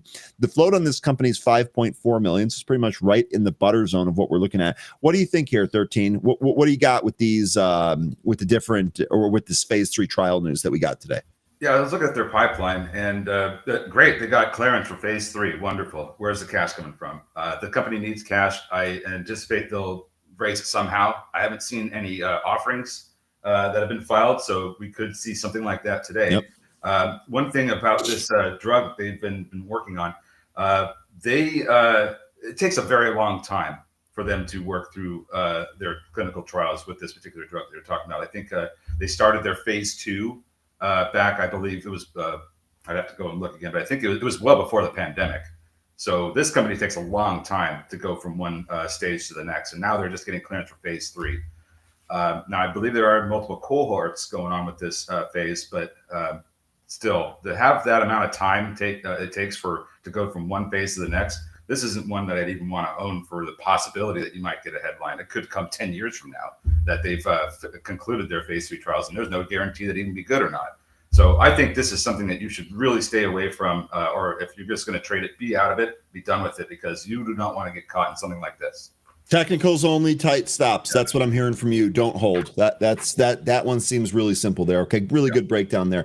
13, I'm actually going to skip ahead here just in case these other two are kind of junky. NVAX, this is another one that actually has a pretty decent catalyst here today. NVAX shares are trading higher after the company provided its full year 25, 26, and 27 research and development and SG&A expense guidance. Company is loving this, or the stock price is loving this, up 20% here today. We actually had an impulse move above 865. We came back beneath the VWAP. We've since recaptured it. Looks like there's a little bit more volume flowing in. So as folks digest this news, it looks like it's continuing to trade up here. Here's some more numbers attached to that. To reiterate the expectation to achieve research and development plus SG&A expenses for full year of 2025 between 475 to 525 million. And then for 26 and 27, they expect to reduce that to approximately 350 and 250 million respectively. So it looks like they are trying to clean up some of that. I guess really the question here is going to be, are they successful in doing that? We also had news here that the COVID vaccine gains FDA approval. So stocks up just in time. Yeah, stocks up here 20, right? Just in time. Stocks up here 20%. They're also worth noting here on this one, 26.23% of the float shorted with 6.4 days to cover. There's absolutely some fairly significant short interest here that could lead to some squeeze potential. The average today's volume already in line with the average volume. The one thing to consider here, float 161.3 million. So 13, what do you got? And then also good morning to Fairchild, Beach Bum, Jay Rice, Zippity, and Frank. The 5-minute chart looks like it's trying to push higher here. I can see the concentration of sellers at 820 right now. So looks like it's trying to go up to that impulse move that we got this morning around 864. It looks like it's going to go higher, but the MACD is kind of telling me like, well, this could also come back in before it goes higher. So just waiting to see what happens here. I think if the volume expands some more, we'll get that move up. But I don't know if it's going to hit that 864 in the pre-market or if we'll get that in the after we open. Do like the way this is setting up. It looks like it's trying to go higher. So I'll wait and see what we get out of the open here. Looking good so far. But I guess my only question on the news would be how, what are they doing that or not doing that they expect their R&D and SG&A expenses to drop, over the course of the next 3 years. I didn't read that. So do you have any? No, I don't know the specifics of that because I didn't piece through the PR, and I think that they might have probably been a little vague in that anyway, to be quite honest with you. I think the overall goal here is they're just trying to kind of tighten up some of that spending and turn themselves into a more mature company. I don't have the specifics on that. Yeah, and then the SG&A expenses. So like they're letting people go, like cutting to top management. Like I guess I just have too many questions about what they're doing with their with all their expenses for the next 3 years. It seems like they're unwinding a lot of research segments of their business and everybody that's managing it. That's just kind of what initially I'm thinking here, with a reduction in research development and a reduction in administration expenses. Yeah. So the administration expenses I think are good, right? The SG&A. Yeah. I think that's good. And I mean, really quick here, that's selling general administrative expenses for anyone not up on the abbreviations here. The piece of news here, though, the COVID vaccine and all that, like I don't mean to be a jerk here, but like, who cares? Like even James here is saying, what COVID? Right. Like it seems like this is almost late more than anything else. Dragon Slacker. First of all, this is an amazing YouTube handle. I'm also a Dragon believer, by the way. LOL, that's as an aside, but Dragon Slacker is an amazing YouTube handle here. COVID 2025 is anyone who randomly sneezes 3 times. I mean, I just the whole point of me emphasizing this is not to drum up some type of fight. It's just that I'm not too sure the long-term staying power here of this news. We'll see. And to your point there about the expense reduction, I think that we'll have to wait and see on that as well. Izzy's asking if this is a long-term hold for you, 13. Izzy, I know you didn't ask me because you don't care. This is definitely not a long-term hold for me by any means. I am not holding this one. I don't have any intention to own it. I think you're asking if I were to own it, is this a long-term hold? I'm looking at where the price is at, and this is about where it usually hangs out, in under $10. And then unless something comes along that's going to drive it up, like, I don't know, say a pandemic, you're probably not going to get it. It's a lot of great movement out of this. I definitely need to do some more reading into this and more research before I can give you a really good answer. But initially, my answer is this is going to be no. I don't think I would want to hold on to this. Okay. Really good stuff there. Really good stuff. Great stuff there from the Jeff. Good morning, Jeff, Zoo, Jay Wild, and anyone else. Zane. I miss Zane. Here, Joe, here real quick. Let me cover. Did you have anything else on these other two movers move? And I didn't either. We can take a very quick look at it. Thinking about it here really quickly says Novavax is always late. They're so I didn't read the rest of the comment before I highlighted it. Now I'm in trouble. Okay. Joseph saying, do you think the market will follow the usual pattern, i.e. a 10% dip of past credit rating downgrades? So this is something that we had talked about earlier. This was something that I covered there in the open regarding some of this. Not really. Just to kind of go back to some of the things that I had covered here, I brought out some of the stats here. We had Ryan Dietrich. You can ignore the Hulk Hogan emoji there, but Ryan Dietrich here said also, don't forget the day Lehman went under. Moody's had the rating at A2. This is not a huge shock. Oops, I clicked on that instead of switching over here. And then there was another one here that I wanted to share with you.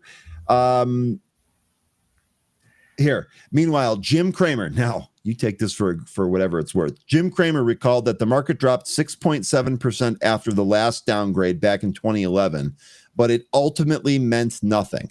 Now, Joe, I think I see why you're asking this, right? Because you're thinking, well, if the market's going to drop 10%, we know how this is going to play out. Does that represent a buying opportunity?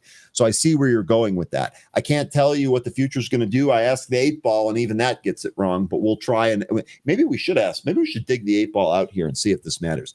Dan Ives went on to say here, prior debt downgrades have been followed by S&P drops of 8 to 10%. This is exactly where Joe's getting his comment from.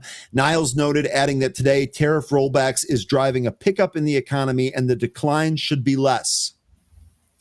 So if you follow Dan Niles, or if you think Dan Niles is a really sharp guy, you agree with him, you'd say probably not that 10% dip. He goes on to say Niles believes current conditions differ significantly. Unlike 2023 or 2011, the economic environment is improving around this debt downgrade, end quote. So there you go. Again, I don't know the future. We're going to try and trade whatever we can here. There's some of the information that I had prepared for you on this here today. So two things real quick. First, NVAX is making that move. We got over 820. We're heading up towards the pre-market high. So far that's looking good. Second, regarding what you were just mentioning here with Moody's. So yes, they are very late. I think we've been waiting to hear from them ever since Fitch gave theirs. I think last year or earlier than that. But anyway, so. It's interesting to me how we were looking at the market over the last week, and this thing was just taken off, and a lot of us were thinking, wow, this is really extended. We're really extended up here. Look at all these names that are really extended. RSI is over 70. It's over 80. What's going to pull this market down? Moody's downgrade was the answer. Conveniently enough, we end the week, and then just hours later, Moody's comes out and says, hey, we're downgrading U.S. sovereign debt. Oh, perfect. Just what we needed. I felt this was very, very set up from the get-go. This seems like the phone call was made. All right, market's done trading for the week. Phone call was made. Yeah, phone call was made. Market's done trading for the week. Time to pull it down, and so we can set this up for the next rally. This felt so manufactured to me. I'm probably just like Charlie Day with the evidence board, like this is a conspiracy. But it's just really, really interesting to me how we were looking for something that's going to pull this market back from this exuberance it was on. We got exactly that. I think that some of these folks that are talking in chat about how we're going to see some pullback and then rally, I think that's likely what's going to happen here. Yeah. And also, we got some really good information here in our happy hour chat. It's up to you if you want it to be read or not, but one of our folks who posts regularly in here had a really good response to this. So up to you if you want to. Yeah, I'll go ahead and read it here. This comes from Tom. By the way, I also shared the Computex live blog link from Tom's Hardware. Came from the same gentleman. He follows the stuff real close. We value Tom's input quite a bit here, and I repeat a lot of the stuff that we discuss on Happy Hour here on the morning show. The recent downgrade of the U.S. sovereign debt rating is unlikely to significantly impact the market landscape. Many fixed income investors have long argued that such an adjustment was overdue, with some suggesting that even further downgrades by 1 or 2 notches could easily be justified given the fiscal condition of the federal government. Notably, S&P was the first major rating agency to lower the U.S. sovereign credit rating nearly 15 years ago, highlighting how delayed Moody's response appears to be in comparison. So really good stuff there. If that wasn't enough, this might also bake your noodle here. Jay Rice mentioning that Mark Zandi has been an anti-Trumper for a long time, and he is currently making those decisions there at Moody's. Now, again, we're just going to try and give you what really matters here is not the decision and the reason and all of that stuff. What really matters here, how do you folks turn this information and movement into more money? That is really ultimately what matters the most here. Okay, really good stuff there, 13. Great question. I'm glad we actually circled back to that. That sure beats talking about masks. FYI. Who's doing that? Go look in the chat. It's funny. It's funny stuff. It's funny stuff. Also, we mentioned earlier that PTIX. I was thinking this could go up to 10. Our current high of the pre-market is 969. Looks like we're trying to get one more push here, but the MACD is starting to indicate that this is ready to roll over. So we might get some weakness out of the gate here. as we did get up to that near that area where I was looking for this to run to. So let's see Okay. what happens out of the gate here. This might trade down before it trades up, but so far in the pre-market, it's doing what I was hoping for. Perfect. All right, let's roll through some of the tickers that folks wanted to take a look at here. We've got 16 minutes left. We are going to start. I think it was Brandy that asked about this. IWM. Let's do it. Here is your IWM chart. Brandy, I'll tell you what. Just jumps off the page for me right away here. This 100-day. I mean, this is about as clear as it gets. We really traded up to that 100-day on Monday of last week. We stayed under it, but above the 205.49 area that we had flagged here. So this is good. We're holding above here. We're kind of compressing. Really, this chart is telling me that we are going to break out of this area here. Now, the good news is that if we break out to the upside, this is fairly gappy up to this 216, in my opinion. I know it's only 10 points. Does feel, though, like, especially looking at the volume shelves here, not a whole lot in here. And if we go back to what Mark Petrino was talking to us about regarding some of this volume, maybe we get a quick move up to that 200-day if we're able to break out from this 100-day. We would definitely want to see at least 1, 2, possibly 3 closes above that. On the other side, if we break down through the 205.49, we have a gap that fills down here at 201. We also have the 500-day down there at 202. 13, what do you think here on the IWM chart?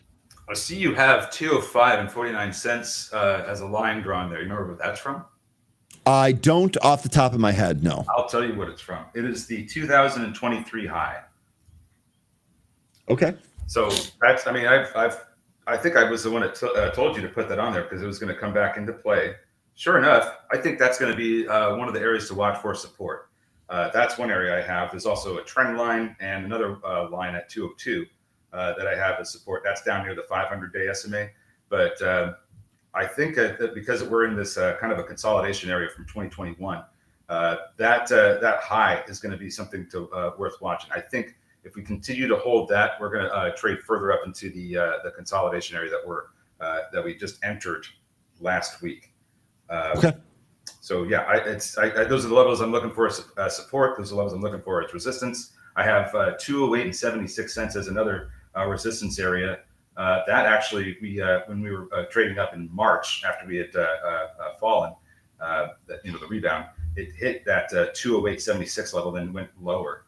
So this 208.76 cent level, this is I think this is the high from December of 2021. Double check here.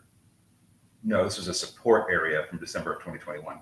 So either way, I think we're going to want to keep an eye on that level as well, because I think that's going to provide. We just today could be the first close we get over it. We're trading.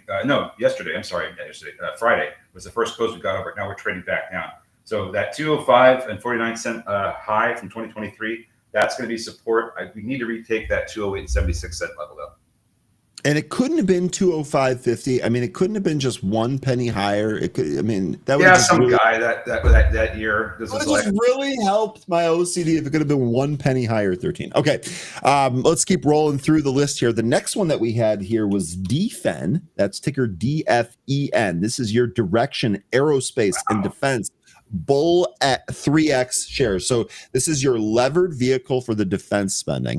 Now, I didn't get any context around this. There are a couple of things to note. So the first one here, the most obvious one here, just the speed of this reversal, right? The April 7th low was $17. This ETF is 40. Yeah. 40. Okay, so we have made a move, just a complete vertical move here. It is impossible given the price performance here for me to say, yeah, this actually looks like a pretty good thing to add here. This is not one that I trade very often. This is overcooked on all metrics that we're looking at here.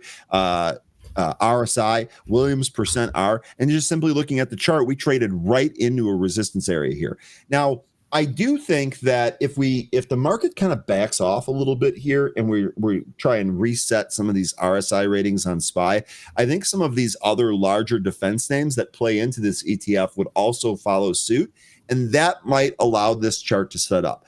Honestly, at this point, I think you're playing this on a regression back to the mean. 36 doesn't even look that crazy here. I would imagine there's also an inverse ETF that we could take a look at. I don't know what it is off the top of my head, but that's how I would play. Instead of shorting one of these levered ETFs, I'd look for the inverse and just go long on that. But that's how I would trade this here. Otherwise, this looks like it is extended at a resistance area. What do you got, 13? So this one and ITA, which is another one I watch for defense and aerospace names, they're all going because the number of or the type of stocks they have in there, like recently been getting news. GE Aerospace, RTX, and Boeing are the top three holdings of DFEN. They also have Axon, Howmet Aerospace, Trans. I don't even know how to pronounce that, but it's DTG. And LHX. Those are some of the top holdings that this one has. So when they've been getting a lot of news, especially with the deals overseas that Trump's been making to have more Boeing airplanes purchased. There's also deals for that involved GE and RTX. So basically, the top three holdings of this company has been getting a lot of headlines over the past month, thanks in part to the president. But I don't think I'd be a buyer up here because when I look at the daily chart, this thing is very extended. 77 RSI. Great rally this has had. It looks like it didn't get too heavily affected by the news from Moody's. But I think that, a pullback is going to be coming here. 36 does look like a good spot, but, I don't think I'd be, betting the house at 36. I'd still like to see this come in a little bit more. It's just been a massive run that it's had, but 36 could be the spot. Just want to wait and see what happens there, but I don't think that it's going to start getting higher into the 40s here because that would just make it even more extended, and I don't think that's going to happen. Okay. All right, good stuff there. DFEN. Next on the list here is going to be snow. This is one that we do take a look at fairly often, although I feel like we haven't really looked at this recently. Snow, you can see the last time that we were really looking at this, we talked about this trend line, which it absolutely obeyed. This is basically from November. We've been kind of dancing around this trend line. Now, the interesting note here on snow is we are absolutely at a resistance level. And we would love to really kind of trade up, test this 194, and then break above 200. 13, I don't know how you feel about this just because the shape is so janky here, but just kind of looking at these tops, maybe, just maybe we have one of these forming. I don't know. I think I'm kind of reaching here a little bit, especially given the move down prior to the right shoulder. We'll see. Let me move this drawing tool out of the way. We'll see here, but honestly, the way I feel about snow, we've got earnings in 2 days, so I don't necessarily have any feeling for what the earnings print is going to do. I would imagine with the bar coming in on some of these, maybe they'd put up a good number, probably all going to come down to the guide like it has on a lot of these, and I don't know what they're going to guide here. What I will say is that we're actually at a pretty interesting area. This is a former resistance area. This goes, maybe even a former support area. Yep, sure does. Back to 2021, this area was offering support. Then again in 2022, and then in 2022, it was resistance. Same thing in 2023. We actually cracked through it in late 23, broke beneath it in early 2024, and now we find ourselves right up here. Again, tested this December of 2024, tested it and traded above it for a brief time in February of this year. Now we're back here. So the question for me is, can we get above this recent area? Let me zoom in a little bit more, get you an exact number there. I got to think here, can we get above 185? 185 really seems to be one of the areas that's going to set us up. I would say if we do the next test there, probably at 195. And if we go through that, maybe 200. 13, what do you think here on snow? You got any levels or any gut feeling you want to share with the group? Yeah, so just looking at the price action here, this thing has been on a great rally ever since, April 7th, just like everything else. And it's getting very extended, and we have earnings in 2 days. So this rally into earnings, I would be very, very cautious about buying this at all. We've seen many times before, rally into earnings. A lot of times it gets sold off after that earnings print. So that could be a situation here. But before we get those earnings print in a couple of days, could this still go higher? I think it could. 180 appears to be the big support area right now, because ever since we popped into that above that area last Monday, it's been able to hold above 180 all last week. Couldn't quite break out of 184, but it still held up 180. I think we might end up seeing some movement higher this week into those earnings. I wouldn't surprise me, but I also wouldn't be surprised if it continued to go sideways. In any event, I think it's very extended here. I wouldn't be buying it right here. Wait for the earnings to pass and see what it does then. Maybe it provides some better opportunity to get in at a cheaper price. Okay, I think that's a pretty good breakdown there. Really good stuff. Next here on the list, we're going to do HUT. This is XIII. This is a Bitcoin miner name. And the interesting, actually, how's Bitcoin doing here? Bitcoin, by the way, down 1.5% here, holding at 1028 on the futures chart here.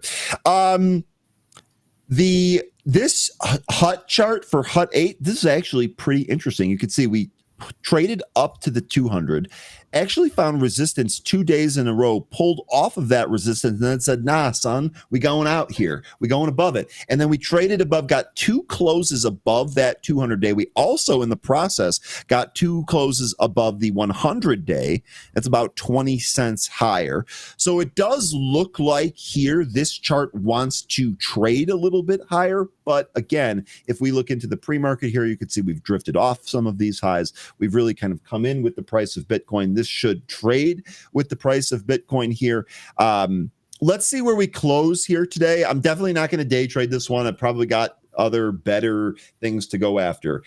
What I would be interested in here is, where do we close? Do we really kind of give this up? Does this buying volume that we've seen recently turn into selling volume and sink us below some of these lines? That's one of the things that I'd be looking at. Also, as far as the short interest goes, 14.17% of the float shorted with 2.64 days to cover. 13, what do you think here? HUT, ticker HUT. I think if it trades up into the 18 handle, that might be the spot where you probably want to lighten your position or take gains. It's looking pretty good off of the bottom, the date, but it seems to have kind of either you could look at this as a rounding bottom or an inverse head and shoulders that's already begun to resolve.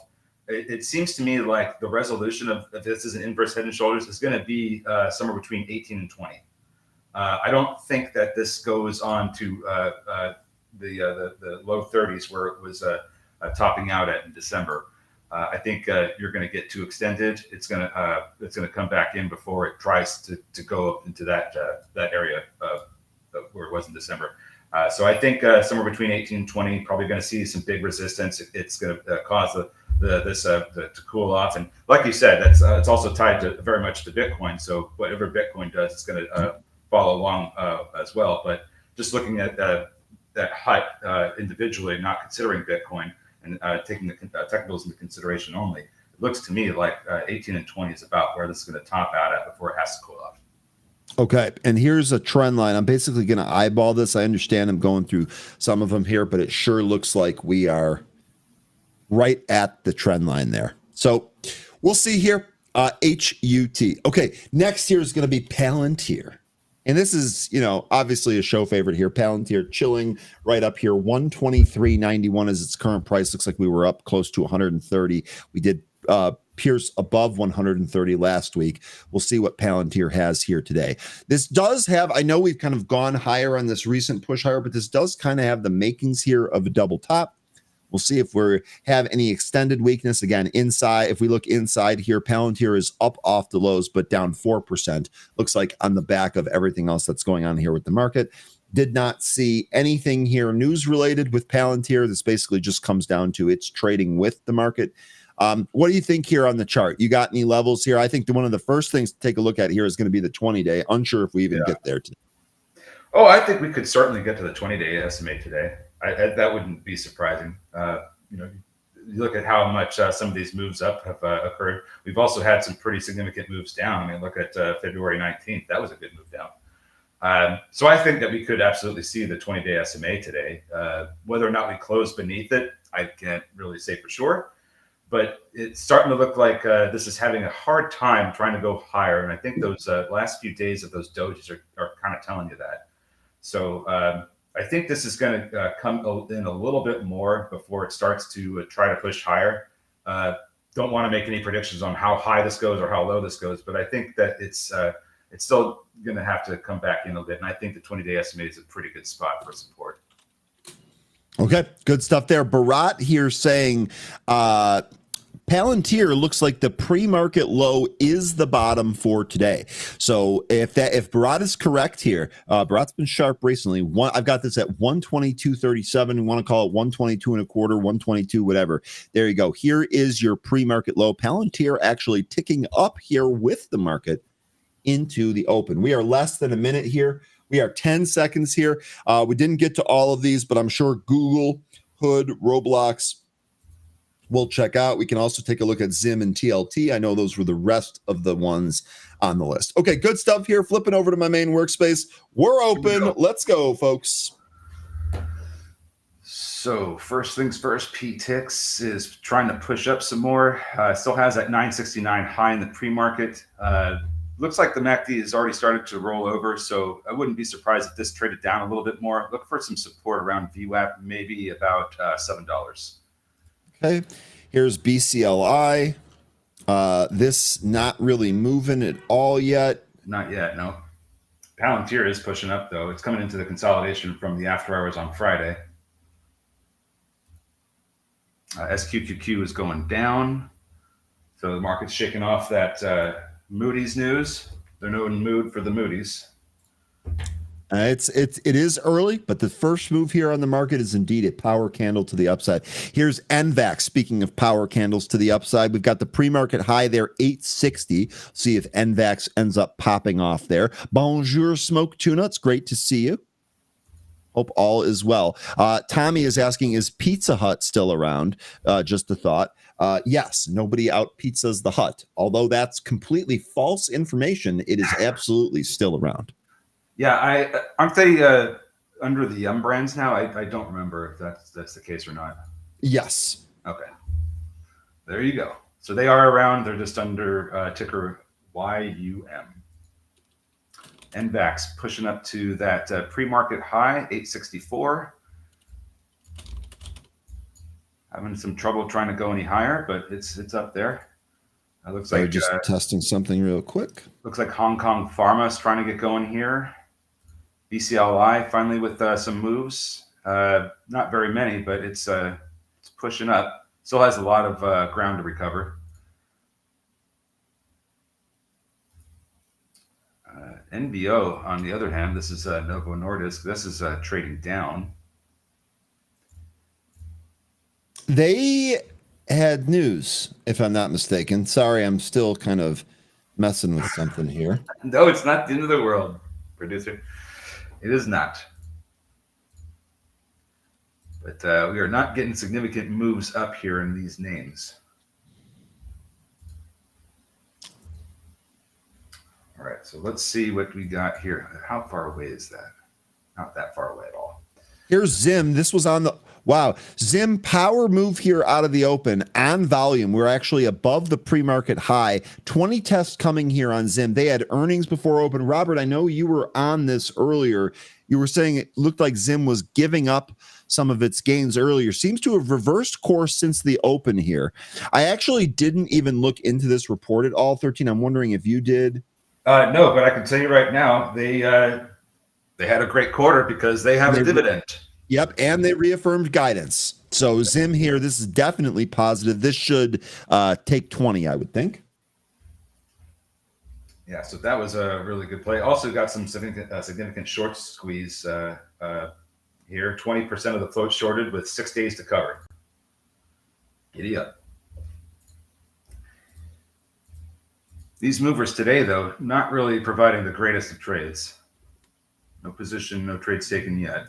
Not even sure if I'll touch those at this point. We'll have to see something better, better setup, because they're not moving. And that's fine. If this is one of those days where it just doesn't look like things are going to work out, then they're not going to work out, and I'm just not going to do a whole lot. But those directional ETFs, they do provide some pretty good trades on days like this. So it's got to wait for those to set up. Ivan is mentioning that FAAS is hitting 500, or the 500. So I think he means the moving average. Wow, that thing. Space Virgin Galactic here. This is trading up. That had a kind of a monster day on Friday. Yeah. That 8 to 2 penny stock. God bless it. Yeah, apparently it had several 100,000 in sales. Yeah, so I think this is just squeezing. I don't think there's anything really. CoreWeave is trying to erase its pre-market losses here on CoreWeave. This also at monster day on Friday. We'll see if this can test 80 again. They had news, didn't they? Yes. CoreWeave? They had an offering. So that, okay. I'm sorry. They had an offering. So they offered 1.5 billion senior notes due 2030 in private placement. So that's not going to affect the share structure right now. Simel's asking, NBIS and TEM have their earnings this week. They're down a bit, might make for a swing trade. Well, so that depends. Do earnings events alter your swing trade thesis at all? For me, I would not start a new swing trade unless I had some type of idea of what those earnings might represent. We've seen some of these tech earnings do better than the lowered bar, so maybe that bodes positively for both of these. I don't have any feeling on either here. I'd actually wait for that event to kind of get out of the way to swing these. Daily chart here on NBIS actually looks pretty decent. I would really want to see this kind of retest 40 here. I'd want to see NBIS hold 34. I think that's going to be the test for me. It is extended, so it's going to have to come back in. But if it can do a systematic unwind, reduce that RSI, I think it could go higher thereafter. But I think this is going to have to come back in. Kathy here, Schwab borrowed my CoreWeave shares, indicating recent short interest is increasing. Kathy, that is really good info. Appreciate you sharing here. Let me take a peek here at the short interest. So of our last read, this was as of May 2nd. Boy, we are due for another one here as well. Short interest 5.58. Kathy, to your point, I would be curious to see how much this climbed by when we get our new reading. That's something else I will look into. Look at the daily chart for CoreWeave. That looks like it's something that you would want to short anyway. This thing has had a really nice move since. Oh, hey, what's that date? No, it's not the same. But they did have a sell-off and a rebound that how big was this? That took it up to it's over 125%. I think they'd have to be shorted. What do you think? I think it's very extended in a short period of time too.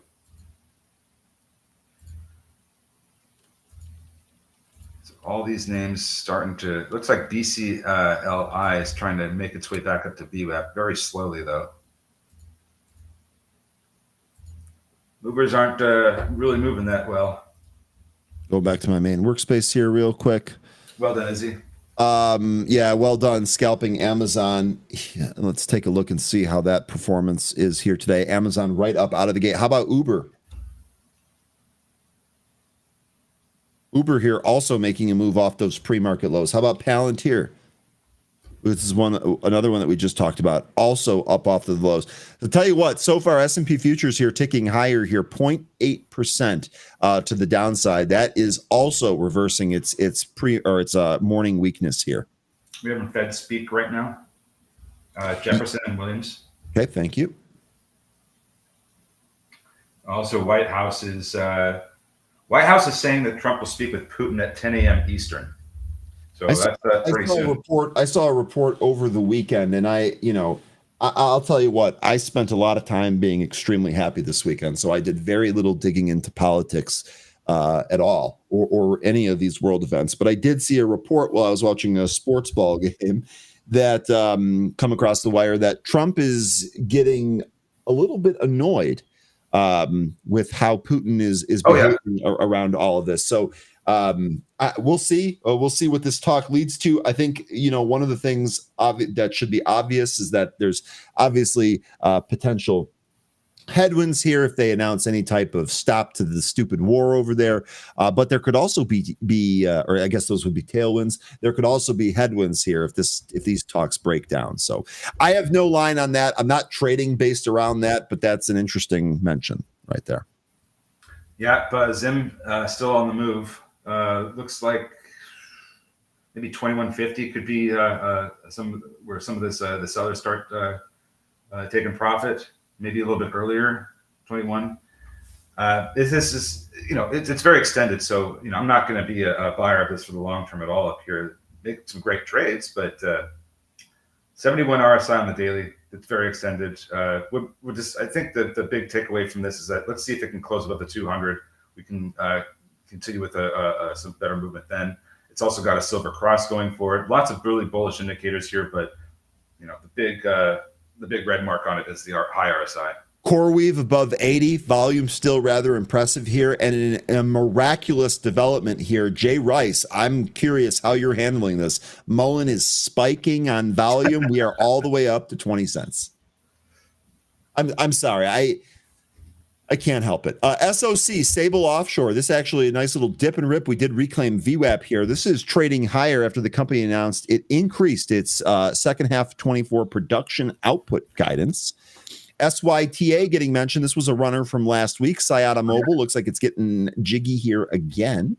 Virgin Galactic continuing to this actually backed off and came back to its VWAP, and it's holding there. NVAX holding high at the top end of the range, up near that pre-market high of 866. That actually set a new high here this morning at about 878. PTIX, this was another big mover here this morning. This is coming back into its VWAP. Congrats to everybody that booked some gains earlier on this. Joe mentioning Chewy. I am keeping an eye on that. I had an order out to add to my position, and it never got filled. Chewy already red to green on this move here. Chewy was lower in the pre-market. Now we've gone red to green. No ad for me. I tried, but I couldn't get it done. BCLI with a knife.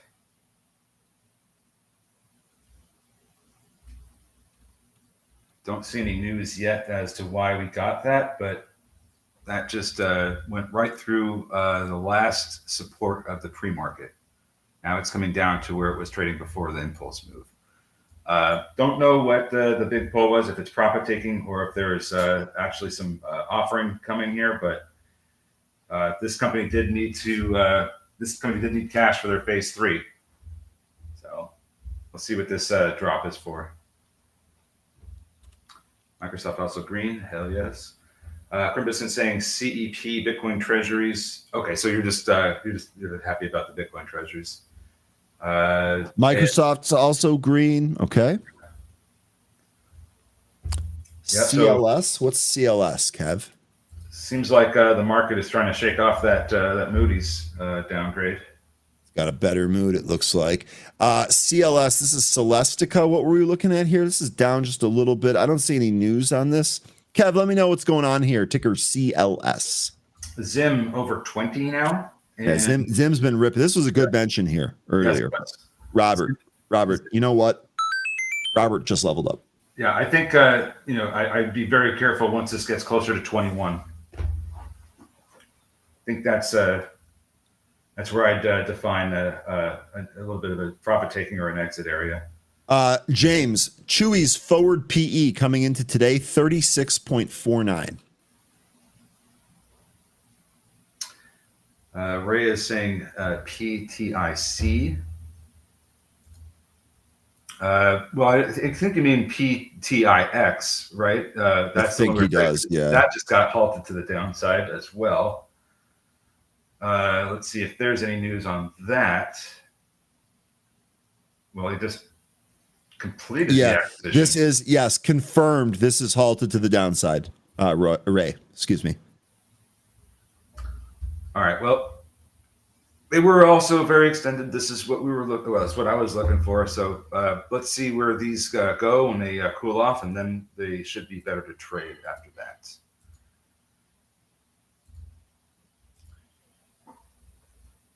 NBIS to the moon. Is that still going? Oh yeah, this is moving. think, 40?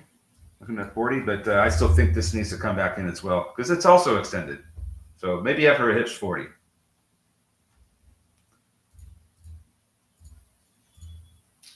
FAAS. HKPD, this is one of those movers that we discussed. This continues to roll lower. Yep. Now watch it later on just pop.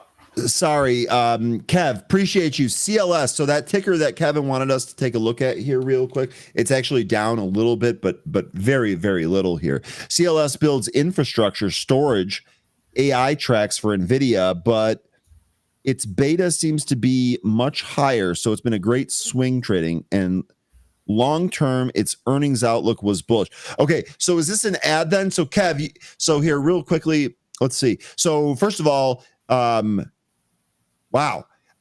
First of all, using some of the new proprietary ranking systems that we actually got Tim Melvin to help us with, by the way, guys, just so you know what's good. CLS here scores really high, 96 plus on momentum, 81 plus on growth. Now value here, 46, but I guess that's to be expected with some of these tech names here. And quality 94.89, positive short, medium, and long-term trend. Kev, I think this does look good for your swing trade. Are you adding, given this? Is that what so the beta seems to be higher. So are you adding to this trade right now? Or is this just keeping you in? Let me know how that, let's take a look at the chart here. Gosh, it made a great move off that recent, holy smokes. This is a double almost off that recent low. What do you think in terms of timing to get back to 140? This is a good mention here. This is not a stock I'm familiar with at all. There's a trend. I'm looking at the bottom here because I want to see if this, when it cools off, because I think this is another one that's going to have to do it, if it can stay above 100. I think that's going to be the spot. If it comes back into 100, that might be a really good spot to pick up more because it does look like it's trying to go higher here. It's just, like so many things we've been seeing before, it's just extended. Not as much as some of these other ones, so it doesn't have a whole lot of room that it needs to come down to, but I'd like to see it stay above 100. Okay. Good stuff there, 13. Tom saying in the details page and the movers page, which the price is true, one seems to lag big. So real quick here, and let's just be very clear about what's going on. It looks, Tom, you were saying that the price here is different than the price in movers. This is by design. It says right here in the tool that the movers tool refreshes once per minute. So you will often get this list will be stale by about a minute. For what we're doing when we're checking out gaps in the morning, that is completely insignificant. It literally doesn't matter at all to what we're doing. If this does matter to what you're doing, don't forget, you can achieve the same results in movers by using the scanner tool, and the scanner has a real-time selectable refresh rate, so you can completely avoid this. I use this for the ease of use and for the ability to check in, but this is by design. Movers only refreshes once per minute. Chewy, by the way. Kev, great to see you here. Hope you had a great weekend. Chewy here, ripping higher. This actually looks like this wants to go higher here. Giddy up. It looks like Chewy is pushing hard into earnings, which is on June 11th. With this new 52-week high, I'm hoping for a nice pullback post-earnings. So my swing trade here, again, I was speaking with Chewy. Speaking of Chewy here, these are going to be the June calls. Let me get you the exact stats there. This is going to be the June 40 calls that I'm in here. I am definitely going to have this position lightened ahead of earnings. May have it completely done by earnings, but we'll see here. Chewy looking pretty good. The entry on that was 230, current ask 435 on those Chewy calls. And as I mentioned earlier, could not get filled on any ads this morning, unfortunately. Looks like 44 could be another resistance level in Chewy. RSI is over 77. So like a little more than a month or a little less than a month from now, it continuing to be on a rally until then, I don't really see that happening, absent pullback. I think it's going to have to pull back sooner than that. This thing is really quite extended. So I'm looking at 44 as a potential resistance area that might give you that pullback. And if it does pull back, then 40 is going to be the support area. Kev saying, it's still the weekend in Canada. Aren't you lucky? We are celebrating Queen Victoria. She gave us our independence. Hell yeah, Queen Victoria. Good stuff. We actually have Memorial Day next Monday, so we are going to be on a weekend. Don't show up here, though, Kev, because there won't be a live stream on Monday. You'll be watching a recording of something. I'm probably wrong about this, but it sounds like they have more of a reason to say God save the Queen than UK does. Well done, 13. You never disappoint. I'll say that. Never. Kevin is saying that he likes CCJ and BAM recently as well. Now, CCJ, I can understand. BAM, maybe wait on that one with this current administration. Remember that's oh no, maybe I'm thinking of a different one. I must be thinking of Booz Allen. I think yeah, that's BAH. That's yeah. BAH. I'm sorry, I got that one wrong. BAM okay. is Brookfield Asset Management. Yes, okay. So Brookfield Asset Management. Brookfield is they're tough. They're a tough company. Like they're pretty resilient. Really, and I think a lot of people that work with them talk a lot of shit about their management, but it's because they I think they hate them because they ain't them. But anyway, real quickly here. Sorry, I'm seeing Palantir puts getting bought into this move higher. Sorry, 13. No worries. So with Brookfield, because there's a whole other range of stocks that they also have, like a BIP is another one. They have like infrastructure. They have a whole bunch of other stocks that they trade in here. So this one I think is the big one that manages all those. It looks like we're going to probably see the other side of 60 before this cools off. We did get up to 60 on Friday and then backed off of that. So that might have been it there. But if we do get some more, a little bit more of a rise in this, I think that getting back over 60 and maybe going up to 61, 62, that might be all you're going to get before this thing really starts to pull back, because it's still extended as well, just like so many other things are. PTIX is open again and now going lower. It has traded. It's now trading underneath VWAP. Looks like HKPD is starting to curl a little bit. Volume's not great though. Looks like Mullen pulled off the highs. Jay might have started shorting it again. Lol. Oh, yeah, I hope so. I hope everything makes it there, Wisdom. Me too, man. After someone who just didn't get their golf clubs on a very short trip, I can't imagine how it would feel if your entire life of personal belongings didn't reach the mainland. Prayers up, buddy. Prayers up. SYTA moving. Actually, yeah, good call here. Just passing through. Ever since this captured VWAP, this really expanded. We had that expanding volume that we really like to see on that name as well.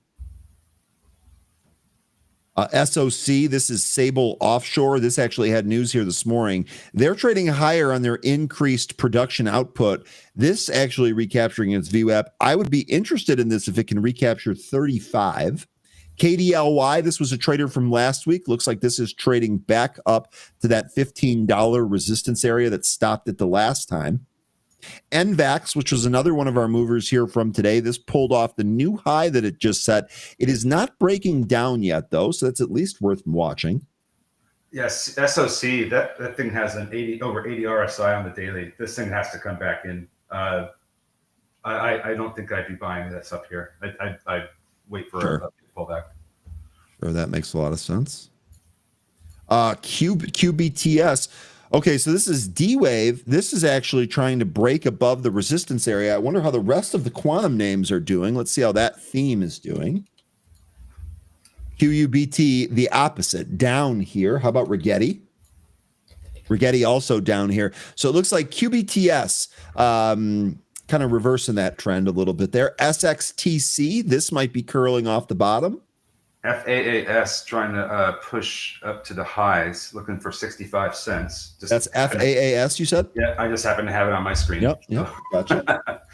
Yeah, but QBTS, I think that might be one of the better quantum plays, just because the CEO is very adamant about the time before we start seeing real quantum computing happening. And, his argument is it's already happening now, but not no, I don't think there's two different kinds of quantum. It's like quantum annealing and logic gate, and I don't think we're at logic gate yet. Something like that. Sorry, go ahead. No, it's completely. Wisdom was just going to say, I want my rookie cards. I just want my rookie cards, and I'll be all good. Got that collection started in junior high school, so I can kind of relate a little bit to that. Wisdom. My buddy at work here has started to get me into football trading cards, especially rookies and autographs. And I've got a couple here. None of them that I really feel strongly about, but I can relate. I hope they all make that, man. I would hate for you to lose your card collection. Zim, by the way, this is a really good call from this morning. This still looks like this might be trying to take out some of the highs there. 2063, your current price there. Some people argue that QUBT isn't quantum computing proper. Okay, that's fine. I mean, let me take a look at this because I don't know everything about these quantum names. And I think what Joe's mentioning here, or Joseph's mentioning here, I think you're going to have more of that too, right? Like we are definitely in the infancy of all of this. So some of these companies' mission statements and just overall goals might change. By the way, folks, market continues to tick higher here. Seems to be in a good mood. Wink. S&P futures only down by 0.53% right here. Okay, so I guess the big thing here with quantum computing is that integrated photonics and quantum optics technology is where they're at. So it's not, I think to what the point he was saying is that, yeah, it's not really like a quantum stock like, Getty and QB, D-Wave is.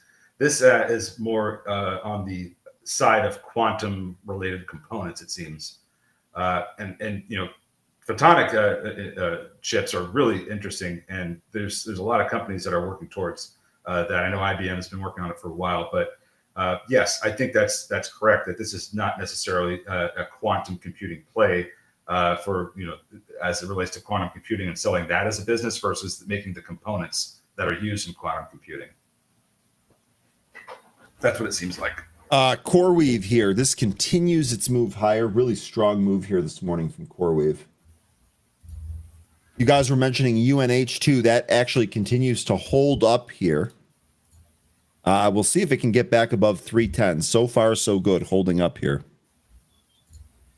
Zane saying, what are some of the other quantum plays? So I think the big ones are going to be QBTS, QUBT, RGTI, and IONQ. I think those four are your major players. 13, did I miss anything that stands out there? You might have been focusing on something else anyway. Well, I'm looking in the chat here.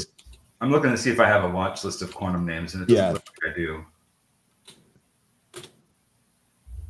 There are the four that we just threw in there.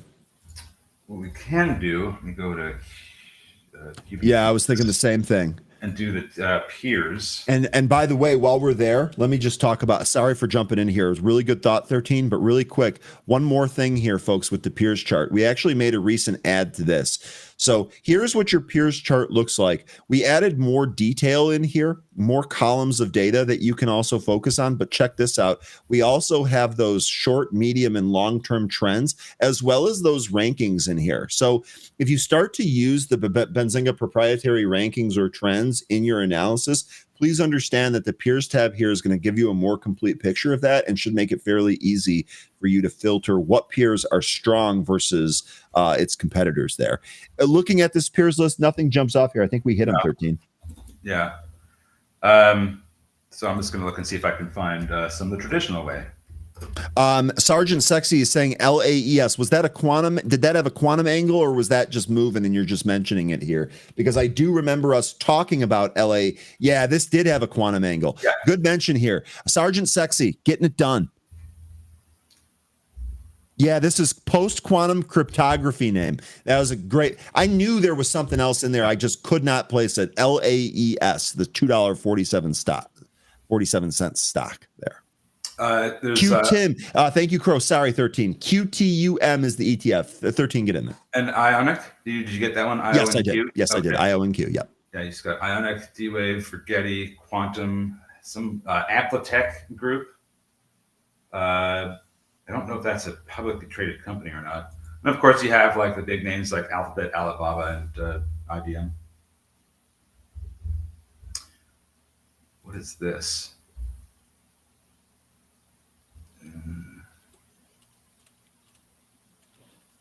Anyone got any banger trades on the line right now?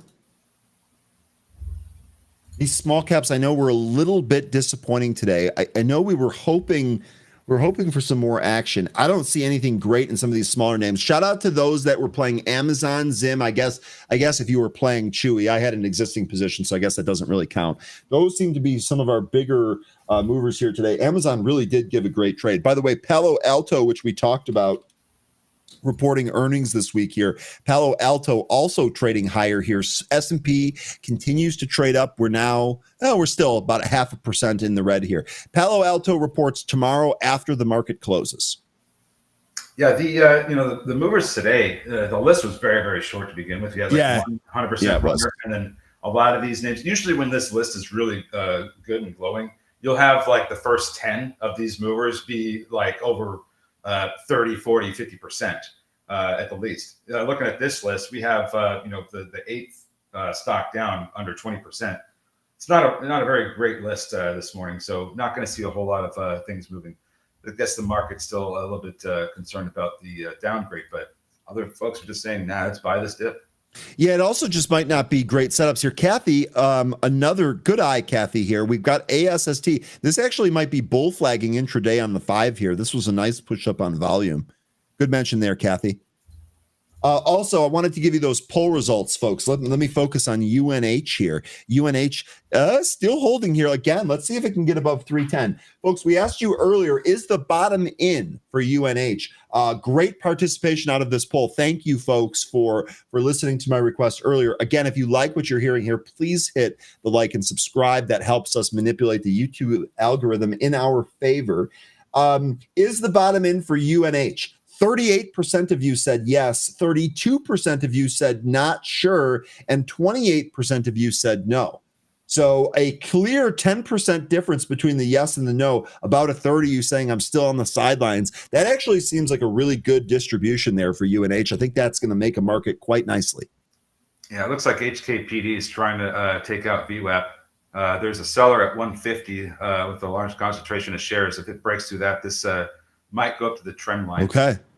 HKD's getting started here. You folks are talking about another stock here, Evolve. EVLV is your ticker.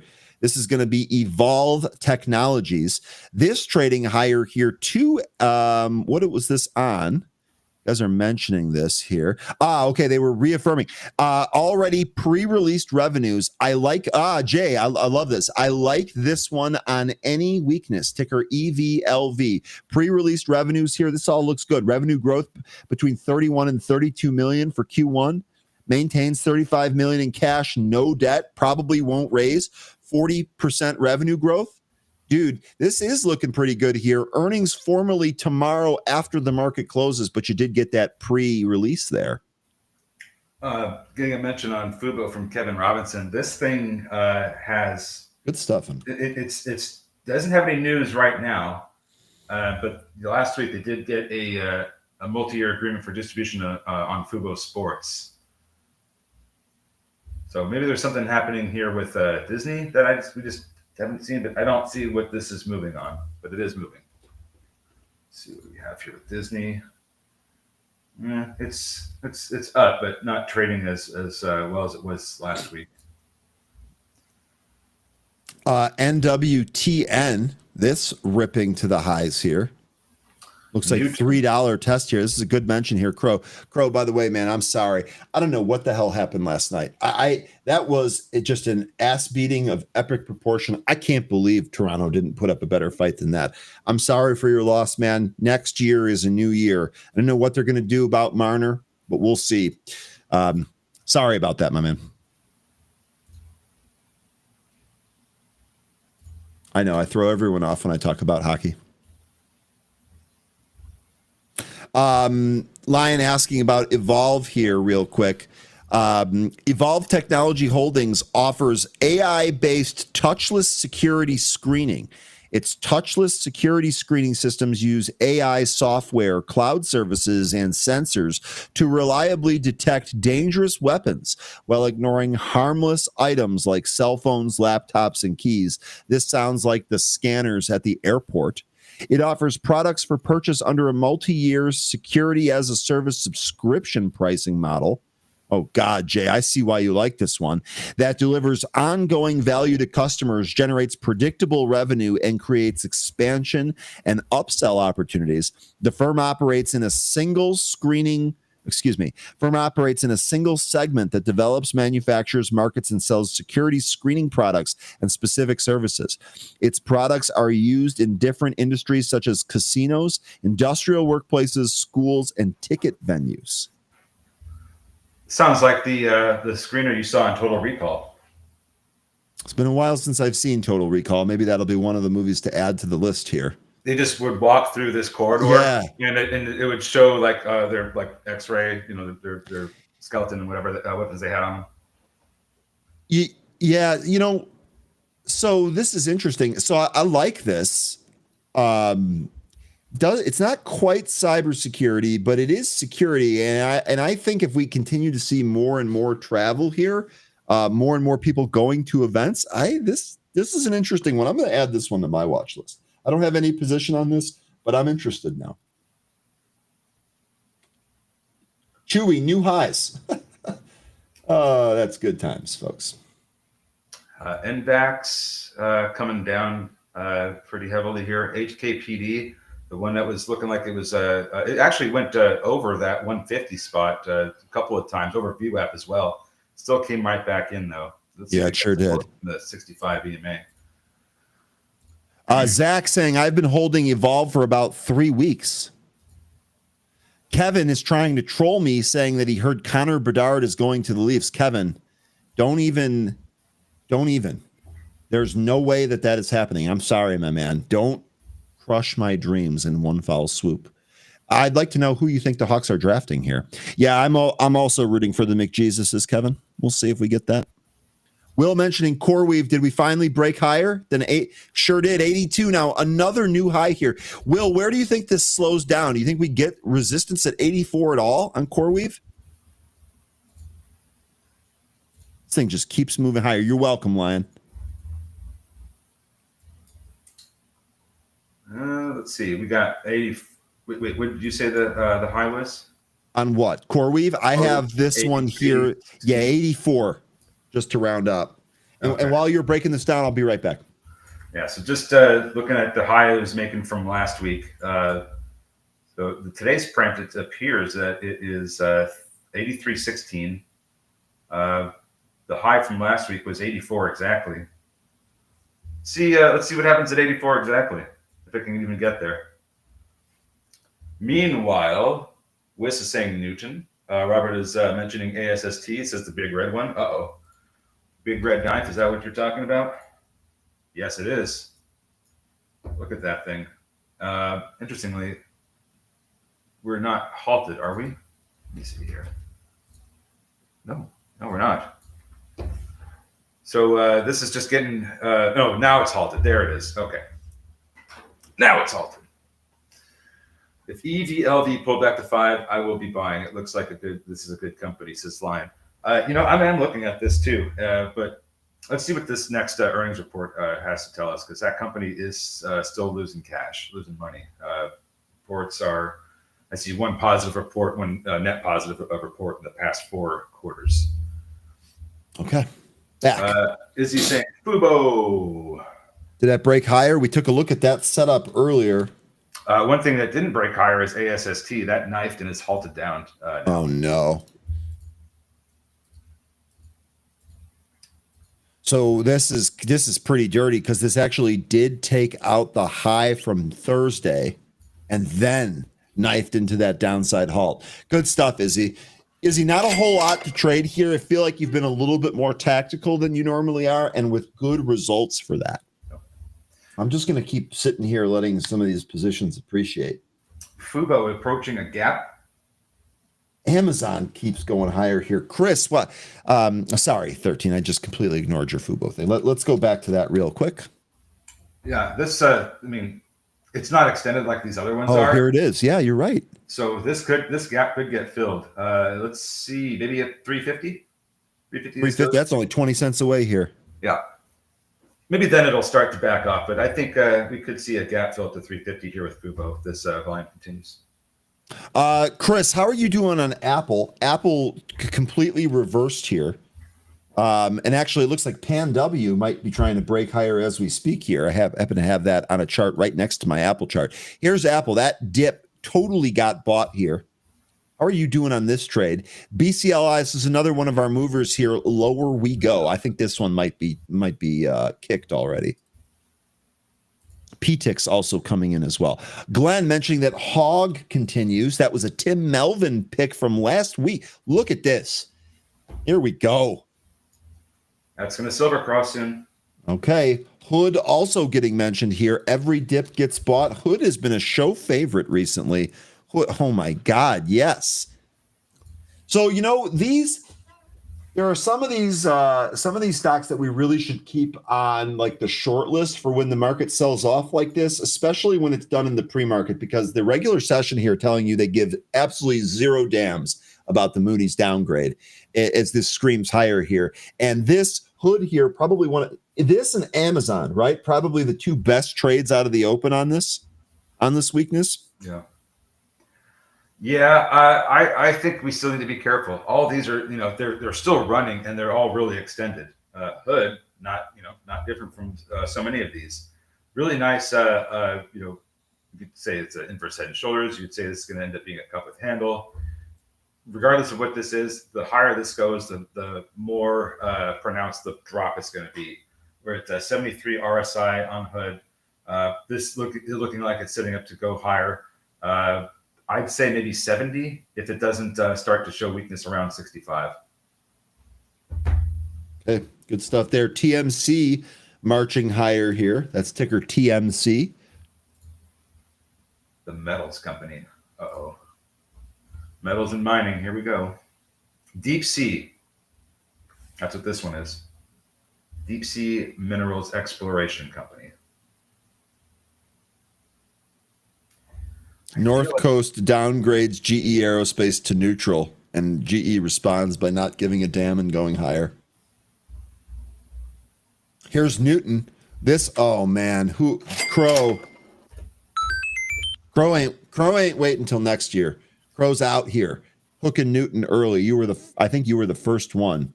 You're mentioning that mentioned this one. Out in the threes. Crow's got that trade booked. Newton, did this come off your little AI list of winners that you guys put together? This had a CEO change last week. Looks like the market loves that. Benjamin Zai. And this is an EV company. I don't even know what Newton is. This is not the Palm Pilot thing, is it? No, this is Smart Electric Vehicle Company. Yep. Oh, Yo, so speaking of vehicles, can I share a revelation with the group here? Maybe some of you out there know how to get this started and can help me. So, and I'll make it quick. Sunday, right?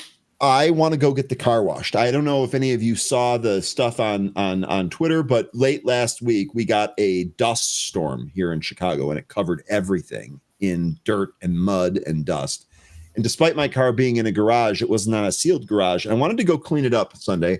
There's a car wash not far from me that offers the bays where you do it yourself, and then also has a number of automatic washes. And I was like, I'm going to go over there early. I'm going to get it done. It'll probably be crowded today. I show up at 9:40, and it is so backed up that there are people in the street, a busy street, mind you, literally lined up in the street waiting for the car wash. And I was like, this is a safety concern. My second thought was, I'm not going to get my car washed today. And my third thought when I was driving home is, holy shit, I need to open one of these myself. I need to open up a car. That thing looks like it prints money. I spent the rest of the day thinking about that. Just insane. Let me know if any of you have any experience with that.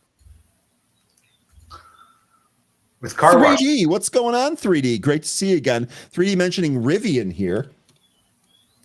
Actually, one of the cars in that line waiting, beeping his horn because he was mad about something, was a Rivian truck. Actually, it looked pretty good. Rivian here, this is interesting. This continues to push up here today. I've got the next spot higher here, 1583-ish on Rivian. Here's what your daily chart looks like. Boy, we really need to get over one of these highs here, because every time we push up to this area, Rivian trades back down about 6 points. So I'd watch this area next here. $17. We get anywhere near $17. This is potential short entry if it can't get above that. Good morning, 3D. Happy Monday. Eric saying Illinois Haboob, a.k.a. the dust storm. Yeah. Might need to look at copper again. Okay. Wisdom says, Ryan, I gotcha. We have a friend who built one next to a car dealership and he's rich today. Wisdom, I'm not even joking, though. Any information on opening a car wash business, I am interested in. Zach saying huge money in Texas on the car wash scene. The overhead is low, but the storage units have better P&L. Sergeant Sexy has already thought about this. Michael saying they already built 3 new car washes within 5. So I must be on to something here. My neighbor owns 30. Okay. You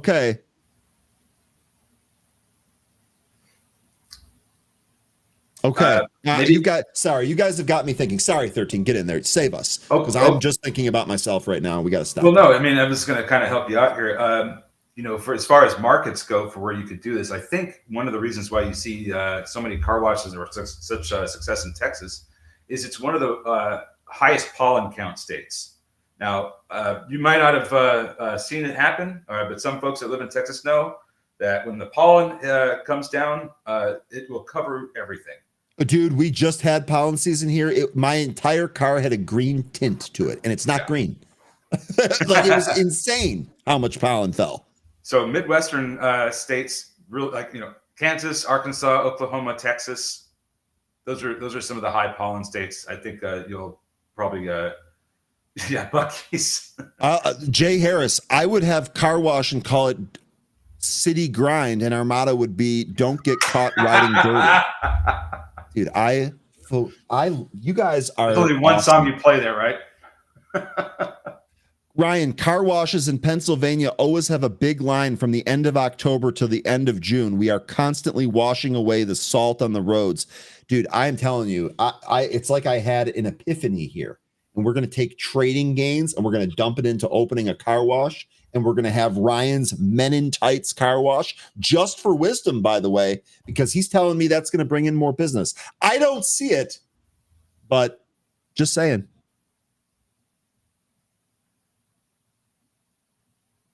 Yeah. That is a fire. Yeah, I didn't think that. I thought so. I'm getting way too excited here. You folks are, I'm like a little kid thinking about like a new business idea, and now I'm getting way too excited about, I got to focus. And then you can sell the t-shirts there that you also have to work on. You're making it worse, 13. And I love it, just to be clear. By the way, Bitcoin new highs now, so that Bitcoin move continuing here, 104 plus on the futures ticker. Amazon actually looks like this might be trying to go higher here. NVAX, new lows at a support area, needs to hold or lower we go. Palo Alto still looking like it wants to break highs. Chewy new highs, and the VIX coming in. So interesting. VIX closed Friday about $17, $17.20. VIX opened here today after that Moody's downgrade at 19 and change, almost 20. And so far we've melted down here at 18 and a half and going lower on the VIX.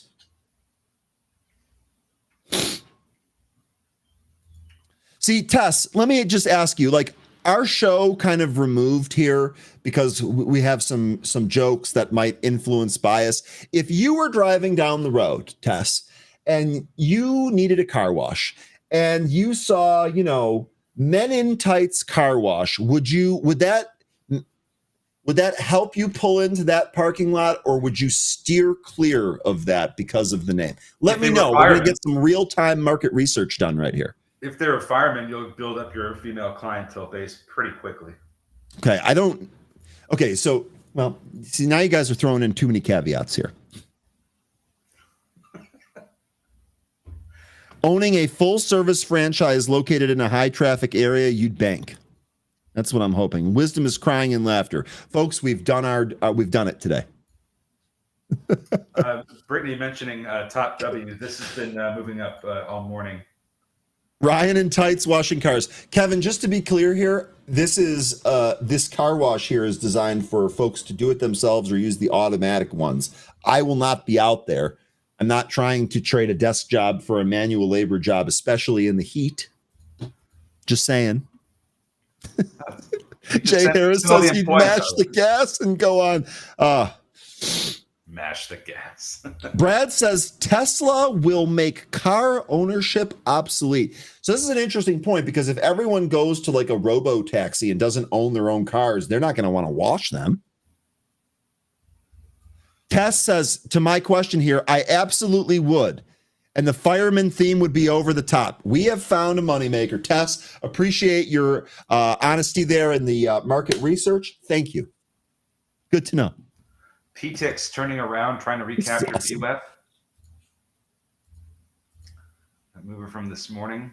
Actually, that is right at the VWAP there, 13. What else do we have on the scanner here? HKPD, that popped to the VWAP and gave everything back. Yep.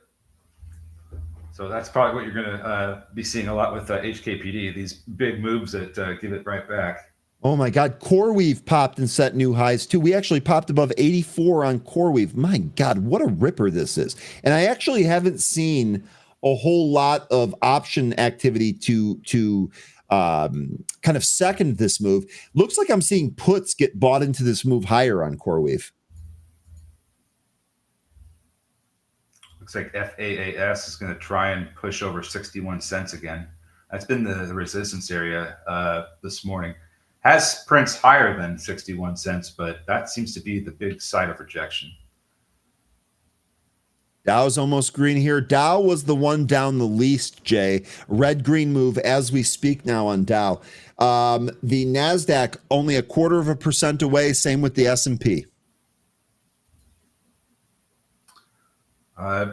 NVAC's coming down to a spot where it might be a buy spot, because I drew a trend line from the lows in the pre-market at like 505 and 725, and that trend line is getting touched right now. So it's waiting to see if this turns around or not. Zach's asking if we can go over a space long. So I'd ask 13 this, because he actually has some insight here to Virgin Galactic. You don't like this as far as the space theme goes, right? I haven't done enough looking into to know if there's something else going on here besides their space tourism. There might be, but I don't know what that is, if there is anything, because that's all we've seen out of this company is that they've taken people to space on an aircraft that requires another aircraft to launch from. I think what's happening here more than anything is that you're just getting a short squeeze, because some of these other names in the same space are doing pretty well. And you've highlighted for a bit that Virgin Galactic does have significant short interest. Doesn't look like that's changing either here. Now I do see that they've been getting some buy ratings, but like I said, I'd have to look into this and see exactly what they have that they're offering more of. If there's something that you want to play in the space. I think there's a lot of other better names out there. Some pay dividends. Some have really great growth angles. Dividend payer is going to be Iridium and Sirius XM. The growth angles are going to be Rocket Lab and Redwire, which is RKLB and RDW. So you have a whole range of different ways to play space. I think there's better names out there than Virgin Galactic. But if you're looking specifically at Virgin Galactic, it's been really beaten up, and you want to try to take a stab at it, go for it. But you're going to have to let me know what the long-term angle is here, because I don't know what it is beyond their space tourism. Yeah, here's the other thing. This actually came from one of the podcasts that I was listening to recently, and I thought about our group as soon as I heard them talking about this.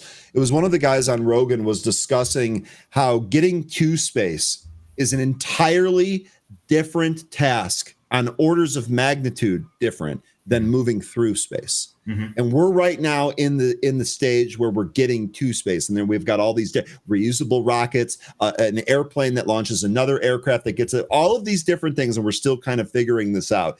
This is so early in this; it is going to be relatively insignificant when you think about the bigger problem of moving through space.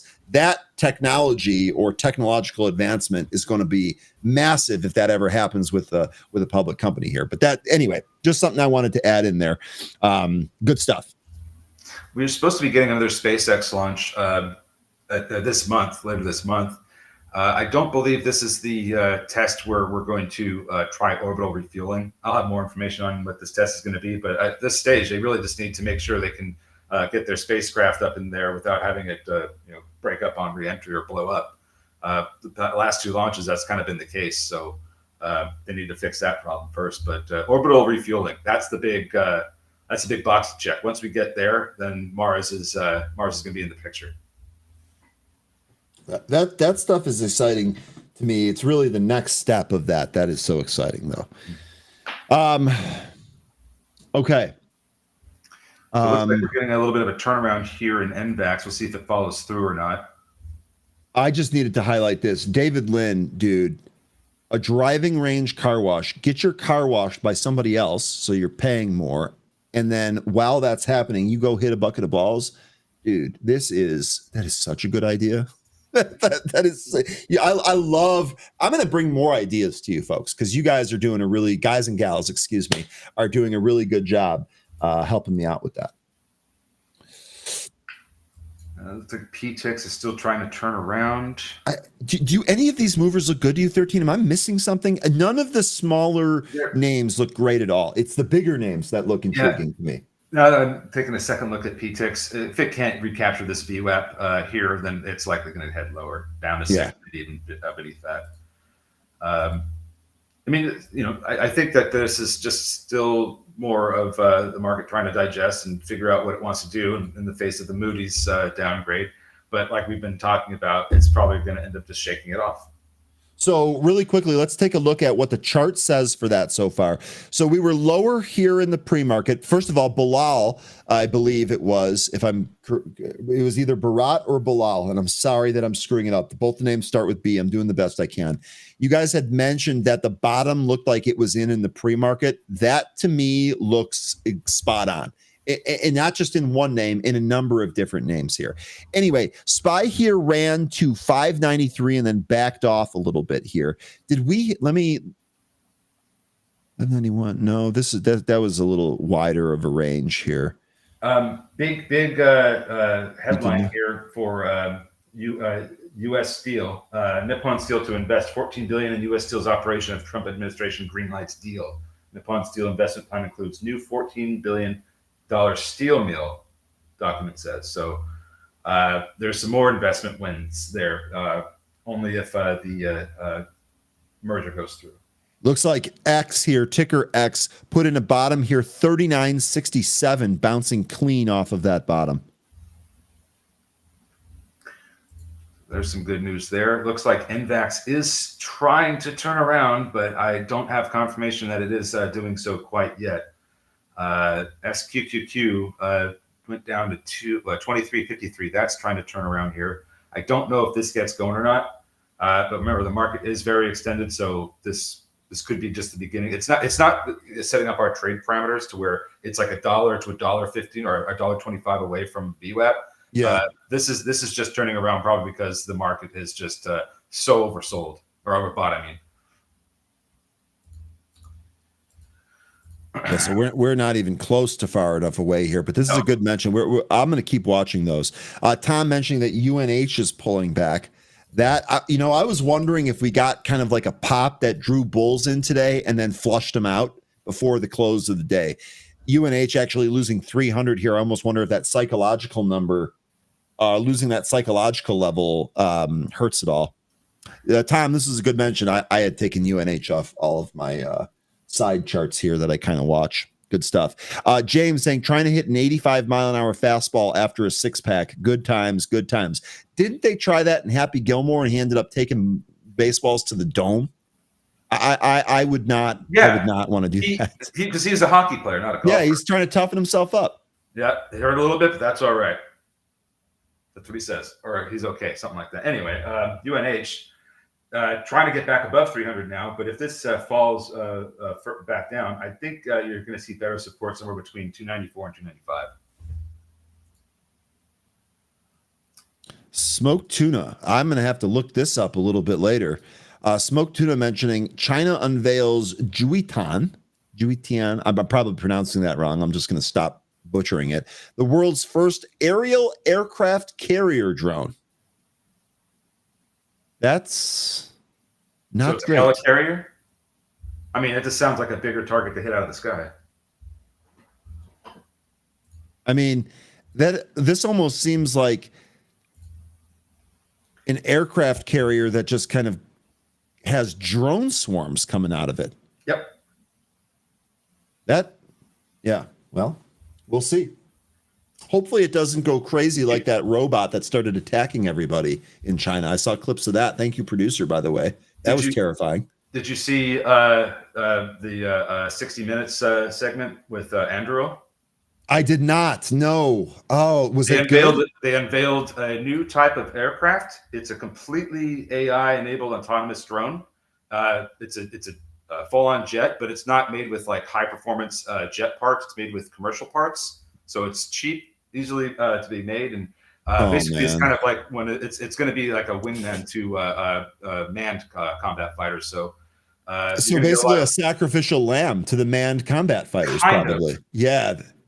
Yeah. So, great. China can put all the helicarriers in the sky at once. Like I said, this bigger targets to shoot down. Yeah. Kabigabee's mentioning here that KTOS, they could be central in the U.S. Iron Dome. Also, I know I've kind of mentioned this before. Don't forget about Ondas in that regard. I think that might come into play as well. We'll see, though. Sky Captain in the World of Tomorrow, thinking about it, says that's it's one of the things that crossed my mind as well. But what really crossed my mind was Stealth, that movie. I don't know if you saw it. Had Jamie Foxx and Jessica Biel and I forget the lead's name. But, I can't believe I haven't seen a movie named Stealth. Also, you had me at Jessica Biel, so maybe I will check that. Is it any good? The movie itself is.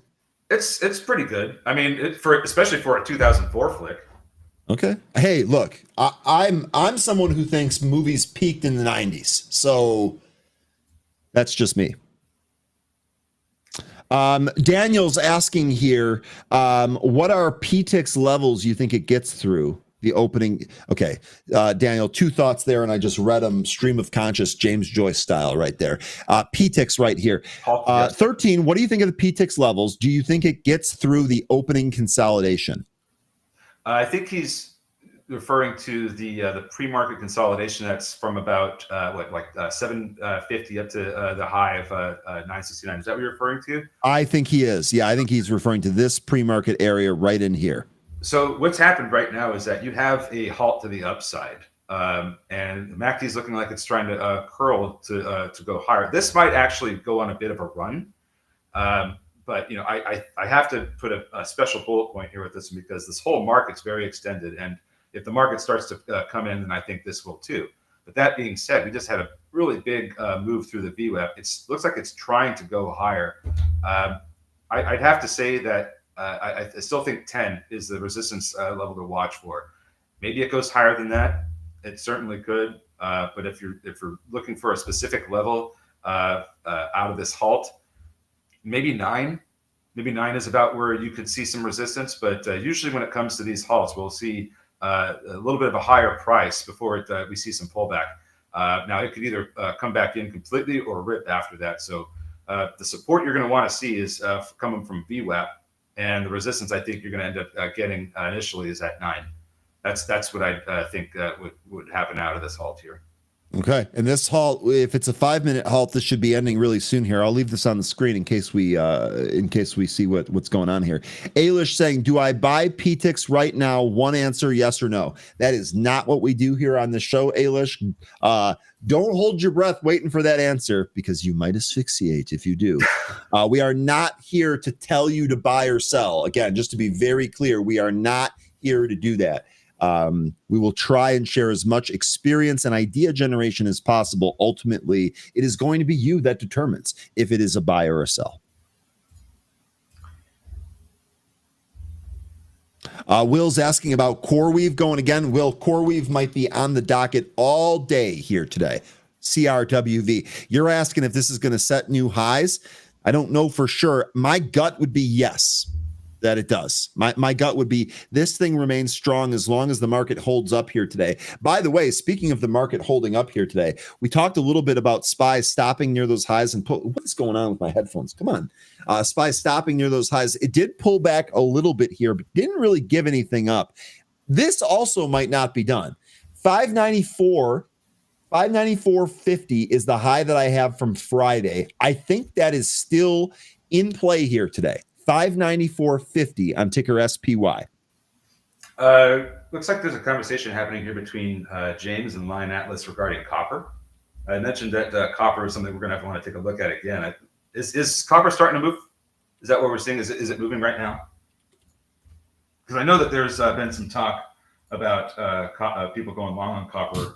And as a matter of fact, there was a Chinese trader who did well with the gold trade, is now betting big on copper. Maybe copper is what we're going to want to look at here.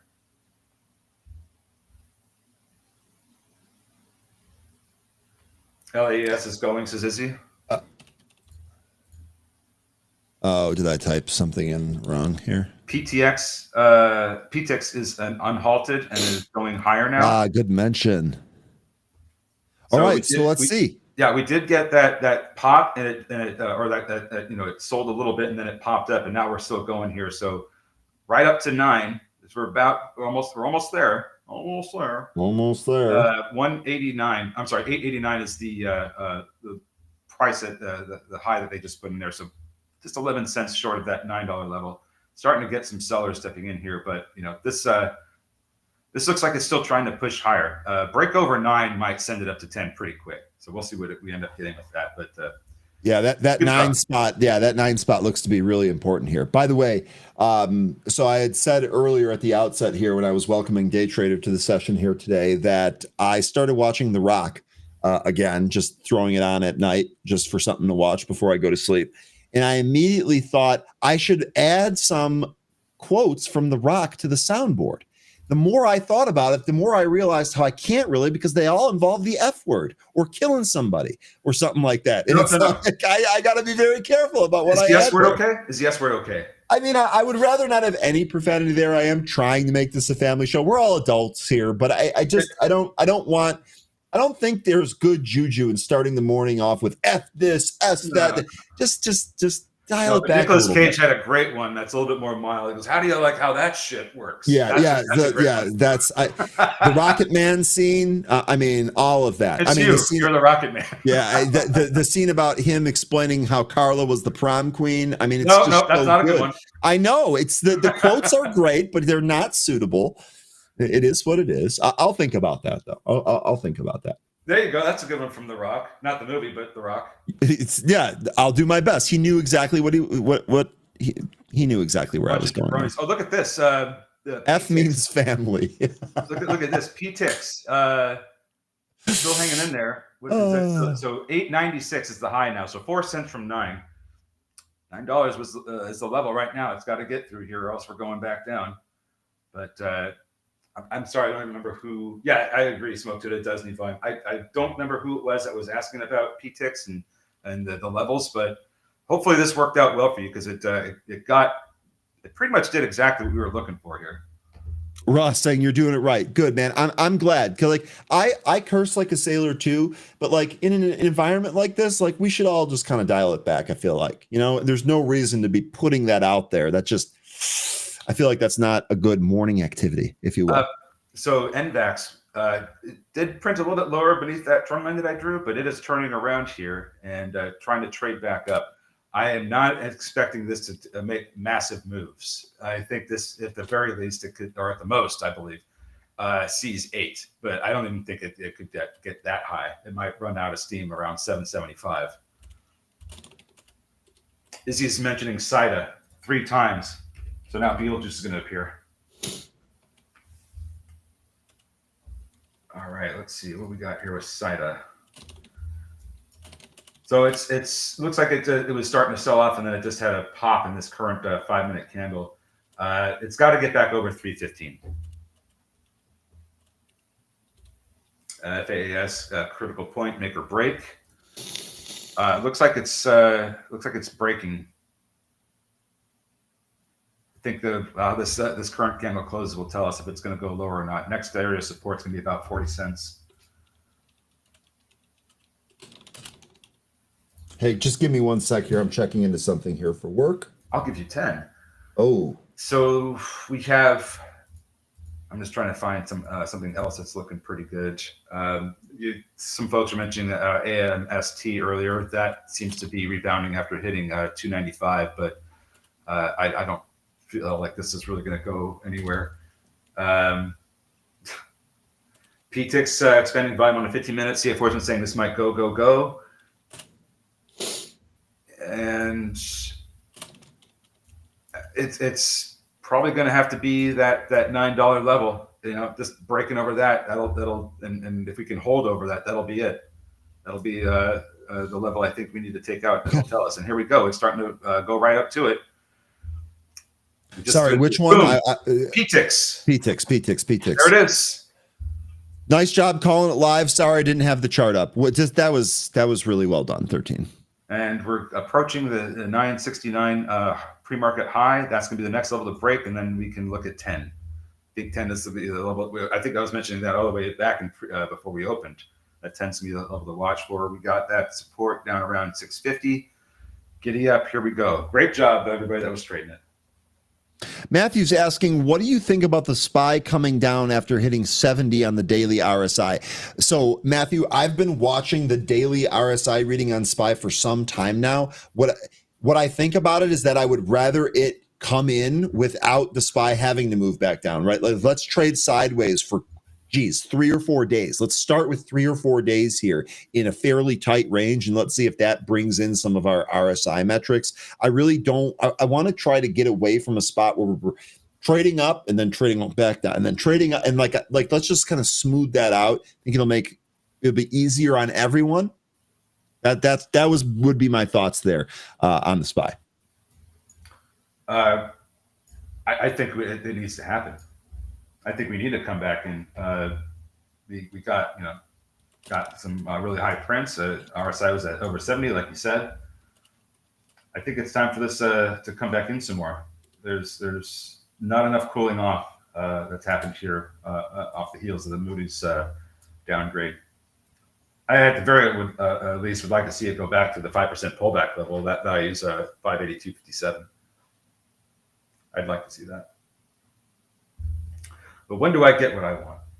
Yeah, I've been asking myself that. Novo Nordisk, this continuing to trade higher here, plus 2.4%. This got absolutely smacked last week. It'll be interesting to see if the near-term bottom is in here. Ticker NVO.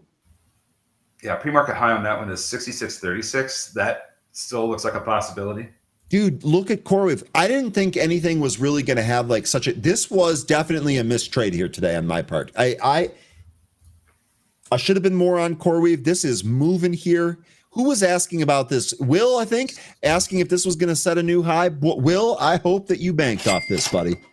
So that infusion of cash is really what's sending this thing up. The senior notes offering, $1.5 billion. That's not changing their share structure. This is a private placement. So they basically have the same number of shares, but more cash now. And that the notes they're due in 5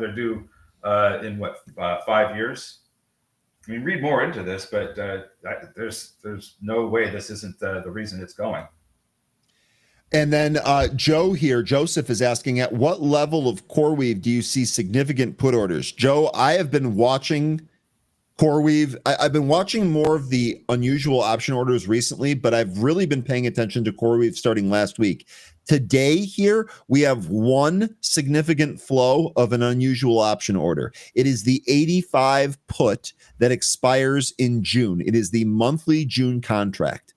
This is really the first bearish bet that I've seen here, unless some of these are call sales. And they're all fairly small by comparison. Looks like 85 June contract here. I mean, it has moved. Look how fast this has moved recently. I like the idea here. I just don't know if this is in, right? I don't know if the top is in yet. This thing is absolutely ripping. Yeah, this could go to 100. But the RSI is so extended. I would have to also say that at any point, this could start to turn around. Let's see what happens at 90. I'll just go in increments of 5. If it doesn't start selling off at 90, probably will go to 95. If it doesn't start selling off there, go to 100. I don't have any confirmation that it's hit the top yet. So until I start getting that, the sky's the limit. Ryan in 13, thanks for PTX. Thank you for joining here. And if you hit the like and subscribe, thank you 2X. Remember, help us exploit the YouTube algorithm. Good morning, Amanda. I know I'm a little late on that. You hit like and subscribe, didn't you, Amanda? PTX halted. I know that you folks are saying that it was. PTX is halted at 10:04. It hit the level, folks. It hit the level. So there we go. PTX. Wasn't looking good at in the first half hour, but started to turn around, and here we go. And this is the back half hour now. Well done, everybody that took that. Other ones that were on the docket for today that were movers. BCLI is just sideways. Nothing really here unless we start recapturing the 65 EMA. It's pretty extended away from its VWAP. HKPD. This thing also needs to get back above its 65 EMA. This one might turn around later, but so far it's kind of just been sideways with this one pop early in the session here. FAAS, this is starting to sell off now. Earliest support for this one's going to be down at 35 cents, but I don't trade these things normally, so it could go even lower, down to 25 possibly. What else is looking good? I'm going to take a look at Zim, see how that's been doing, because that was flying earlier.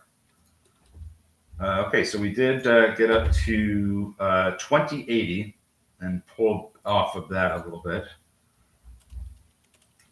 That might be about all it gives today. I don't know if there's another move coming that takes up to 21, but it's really starting to look like it's going sideways or really starting to lose steam. $20 to $21 is about where the consolidation area is. Depending on which one of those levels breaks first, that's the direction I think it's going to end up going.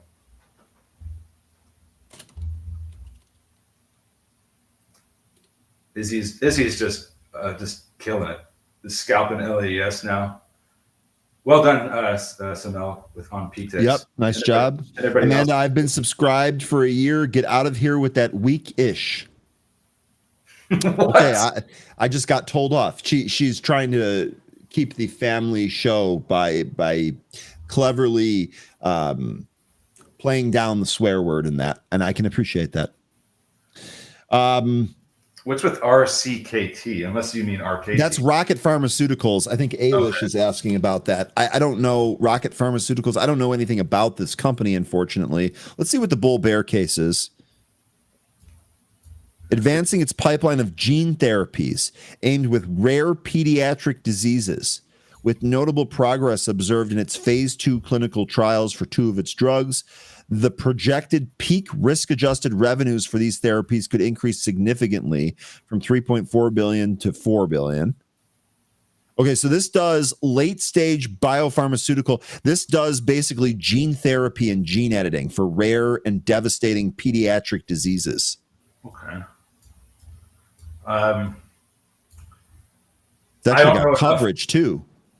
I don't know enough about this, but looking at the chart, it's I guess you could kind of make a trend line on the bottom there that it's every time it finds a bottom and rallies, it's been more or less along this trend line here. So it might just be starting to get ready for its next move up now that we've interacted with this trend line. Wow. Do you see it? No, I'm sorry. I was looking at something else here. I'm going to come back to this because this is notable. Help me out with the trend line one more time, 13. I promise it'll go fast. I was just, you got to look at a larger time frame, so it might not work because I was going all the way back to 2018. But this trend line is basically kind of like showing you the bottom of every bounce. You can just drop from the bottom of every bounce, and that line lines up pretty well. Oh, I see what you mean, actually. Yeah. I see exactly what you mean. It's right down here. Yeah. It's this that you're talking about. Mm-hmm. Yeah. So we just bounced off of that. Let's see if it can recapture the 50-day SMA and start making its move up. Because that's the big moving average that it's having the biggest trouble with. Lost a 50-day SMA back in August 24, had one recapture for a short period of time in September. Since then, this constantly rejected. Constantly. So start seeing some closes over the 50-day SMA, and that might turn it back up. Here's the triangle that I've got. I just took trend lines on both of those. So here's the triangle that I've got on this. Here's what's notable about this for me. Let me turn my volume back on here. Here's what's notable about this for me. This stock actually has coverage. And as of May 16th, we had 2 maintains and a reiterate. We had Cantor maintaining its overweight rating with a $30 price target. We had Wedbush reiterating its outperform with a $32 price target, and we had Chardon Capital maintaining its buy rating $46 price target. Also notable, May 12th, we had a $51 price target from Scotiabank with sector outperform, and we had maintaining a buy rating from Canaccord with a $34 price target. This thing is massively under those targets here. There could be some potential move here. Not one that I follow, but this definitely interesting. RCKT. Hey, Izzy, I'll happily buy you a drink if you're killing it inside. I still not going to touch this one. I had to, really adjust my chart so I could actually see these prices because this thing has been reverse split into oblivion. Yeah. So well done on your trades. What do you like to drink? And let me give you a hint here. 13 really hopes that it's bourbon or scotch. By the way, Coinbase here. By the way, Coinbase here started trading as part of the S&P today.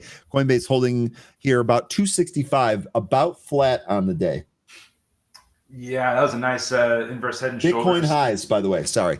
No, it's nice inverse head and shoulders on coin. Looks like 300 is going to be the level I think provides a lot of resistance. You draw a line at 300, you can see that when it was the price traded back up here last year, used that level as support and resistance before we really started to sell off. One of the earlier levels that looks like it might provide some support that we need to get through, though, is 270. We just visited that last week. Let's see, the high was 270 and 45 cents. Let's see some closes above 270 so we can get up to 300. Sideshow saying, taking my summertime trading to the next level on June 6th. Going to get Benzinga Pro and see how that goes. Right. It's going to go awesome. Be sure to join us in the happy hour chat channel. Remember, the trading, when we stop here on the show, we're always trading in Benzinga Pro. There's a host of chat rooms in there, but so too is the happy hour one. That should actually help you here. And make sure you talk to James. Do you have James's contact info? He is the most equipped to help you save as much money as possible. Let me know if you need his contact info. Unhalted, blasted off, up over 10 to 1075, and then came right back in to $9 or close to $9. I don't know how much more of this trade is left, but I think once it hit $10, that was it. I think that was the best part of the trade. So maybe this comes back later on today, but for now and this morning, as we have already gone past the 1030 marker where volume starts to leave, I think I'd be thanking the market for everything it gave me and sitting away from my desk and going and have myself a day. Maybe come back later for some fun trading. Okay. I don't know if you're going to do all that, but hey, if you were playing PTIX, I think you did really well. Looks like Novavax is still pushing up. That was really good bottom that I had there with the trend line. That thing just reversed right at that area. Lower shadows and everything. Fantastic. LAS says Izzy. You can trade that one all you want. I won't have any problem with that. Wow, NVAX with big candle here. This is going up to the 775, it looks like.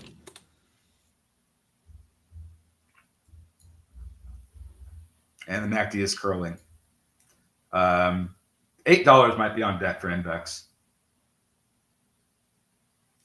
Samel, you're talking about PTIX. It went into at 850 out of 10. Well done. Nice grab, that $1.50. Woohoo! I like it. FAAS might be turning around here. I don't trust this enough. The volume isn't great.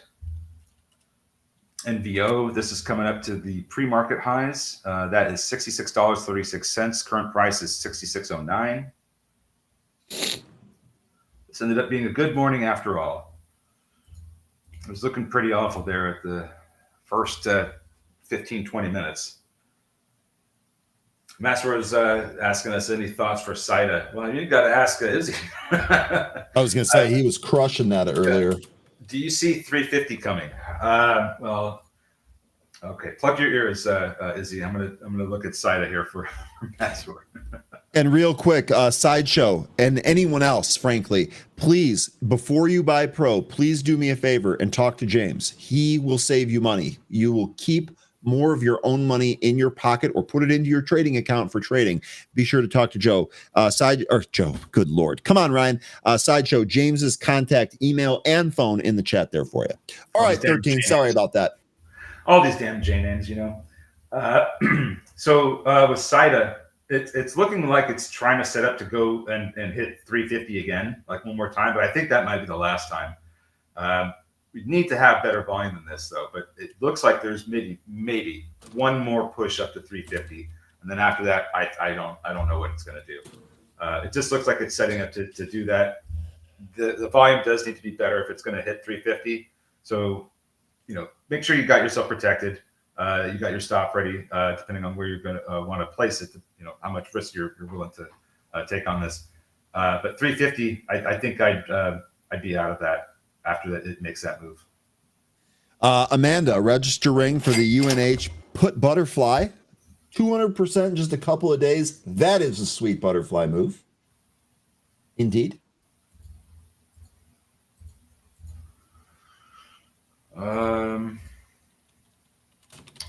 FAAS trying to get back through the 65 EMA. Oh, I'm sorry. No, that's and Novavax. FAAS is trying to turn around. This looks like it's going to have a hard time getting back above 50 cents. It just looks that way. HKPD, pretty much sideways. Same with BCLI. PTIX was the real winner. All right. Well, it looks like SYTA is starting to push up here a little bit more. Looking for 350. I was going to say 350 in target, dude.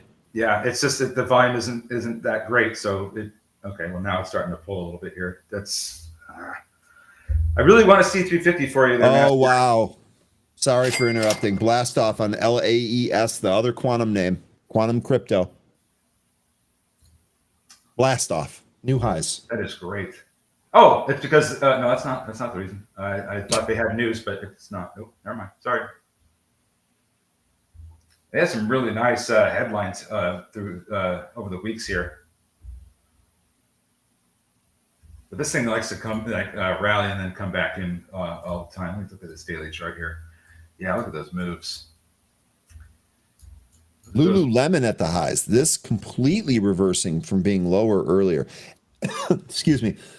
One thing to watch with sorry, 13. Hang on. SOC. This is one that we talked about earlier. Multiple sweeps right here. This was a sweep broken up into 150 contract lots. These were all on top of each other. This is the June 35 call. This is right outside of the money. So I don't know if these are sold or bought, but hot damn. SOC. All right. Sorry, 13. So with LAES, I'm looking at the 50-day SMA, and this thing has been keeping the price down. I have, this was like a couple weeks ago, back at the beginning of May on the 2nd, it was a Friday, it closed over the 50-day SMA only to be taken absolutely, just get hammered right back down beneath it the following day. So if we end up closing above the 50-day SMA today, think tomorrow is going to be an interesting day to watch for us, see what ends up happening. Do we hold above that 50-day SMA or not? Because if we do, it will be the second time we've closed above it. So that's going to be something to watch for with LAES. Okay. Above the 50-day SMA. The SOC transaction, I've pieced together some more of this. The calls were sold at the bid. So those are calls at the bid. So it looks to me like whatever trader was in on this, we're ringing the register on this move higher here for SOC. That's what it feels like based on what I'm seeing in the time and sales and the unusual option calendar here. Looks like a trader took gains there. SOC, I'll confirm this tomorrow by looking at the open interest. Okay. That, the way I'm looking at this chart is that when you have this, and it might be an unusual candle, we'll have to wait and see how it closes. But if this neutral candle closes up here, I think that might be a bearish reversal. We'll see if that's what we on SOC. Yeah. And you know what? That would explain then why the exit was done on that. Okay. Well, I mean, we still need to have this candle finished today, but it's looking like based on the way it's trading and how it's kind of out in its own territory, it looks like it could come back in. 80 RSI also, so it needs to cool off. Okay, we are going to be out of time here for today. Really good start to the week here. 13. Any closing words for the group? Well, hey folks, it was a nice morning after we had to have all the bad trades get shaken out, but it ended up being pretty good, especially those folks that were trading PTICs. Well done on that. And everybody else that was making money this morning, especially you, Izzy, with your scalps. Don't scalp me. I'll see you folks tomorrow. And we'll find more of these movers and we'll trade them and we'll make some money. It'll be fun. I'll see you. Really good stuff, 13. See you in happy hour and the chat room, and we will see you tomorrow. Folks, the market today, not as moody as Moody's wanted it to be. It looks like we are coming back here. Almost went red-green on the SPY there. We did go red-green on the Dow. Hang in there. We'll be back at this again tomorrow. Stay green, stay safe, stay focused. Happy Monday.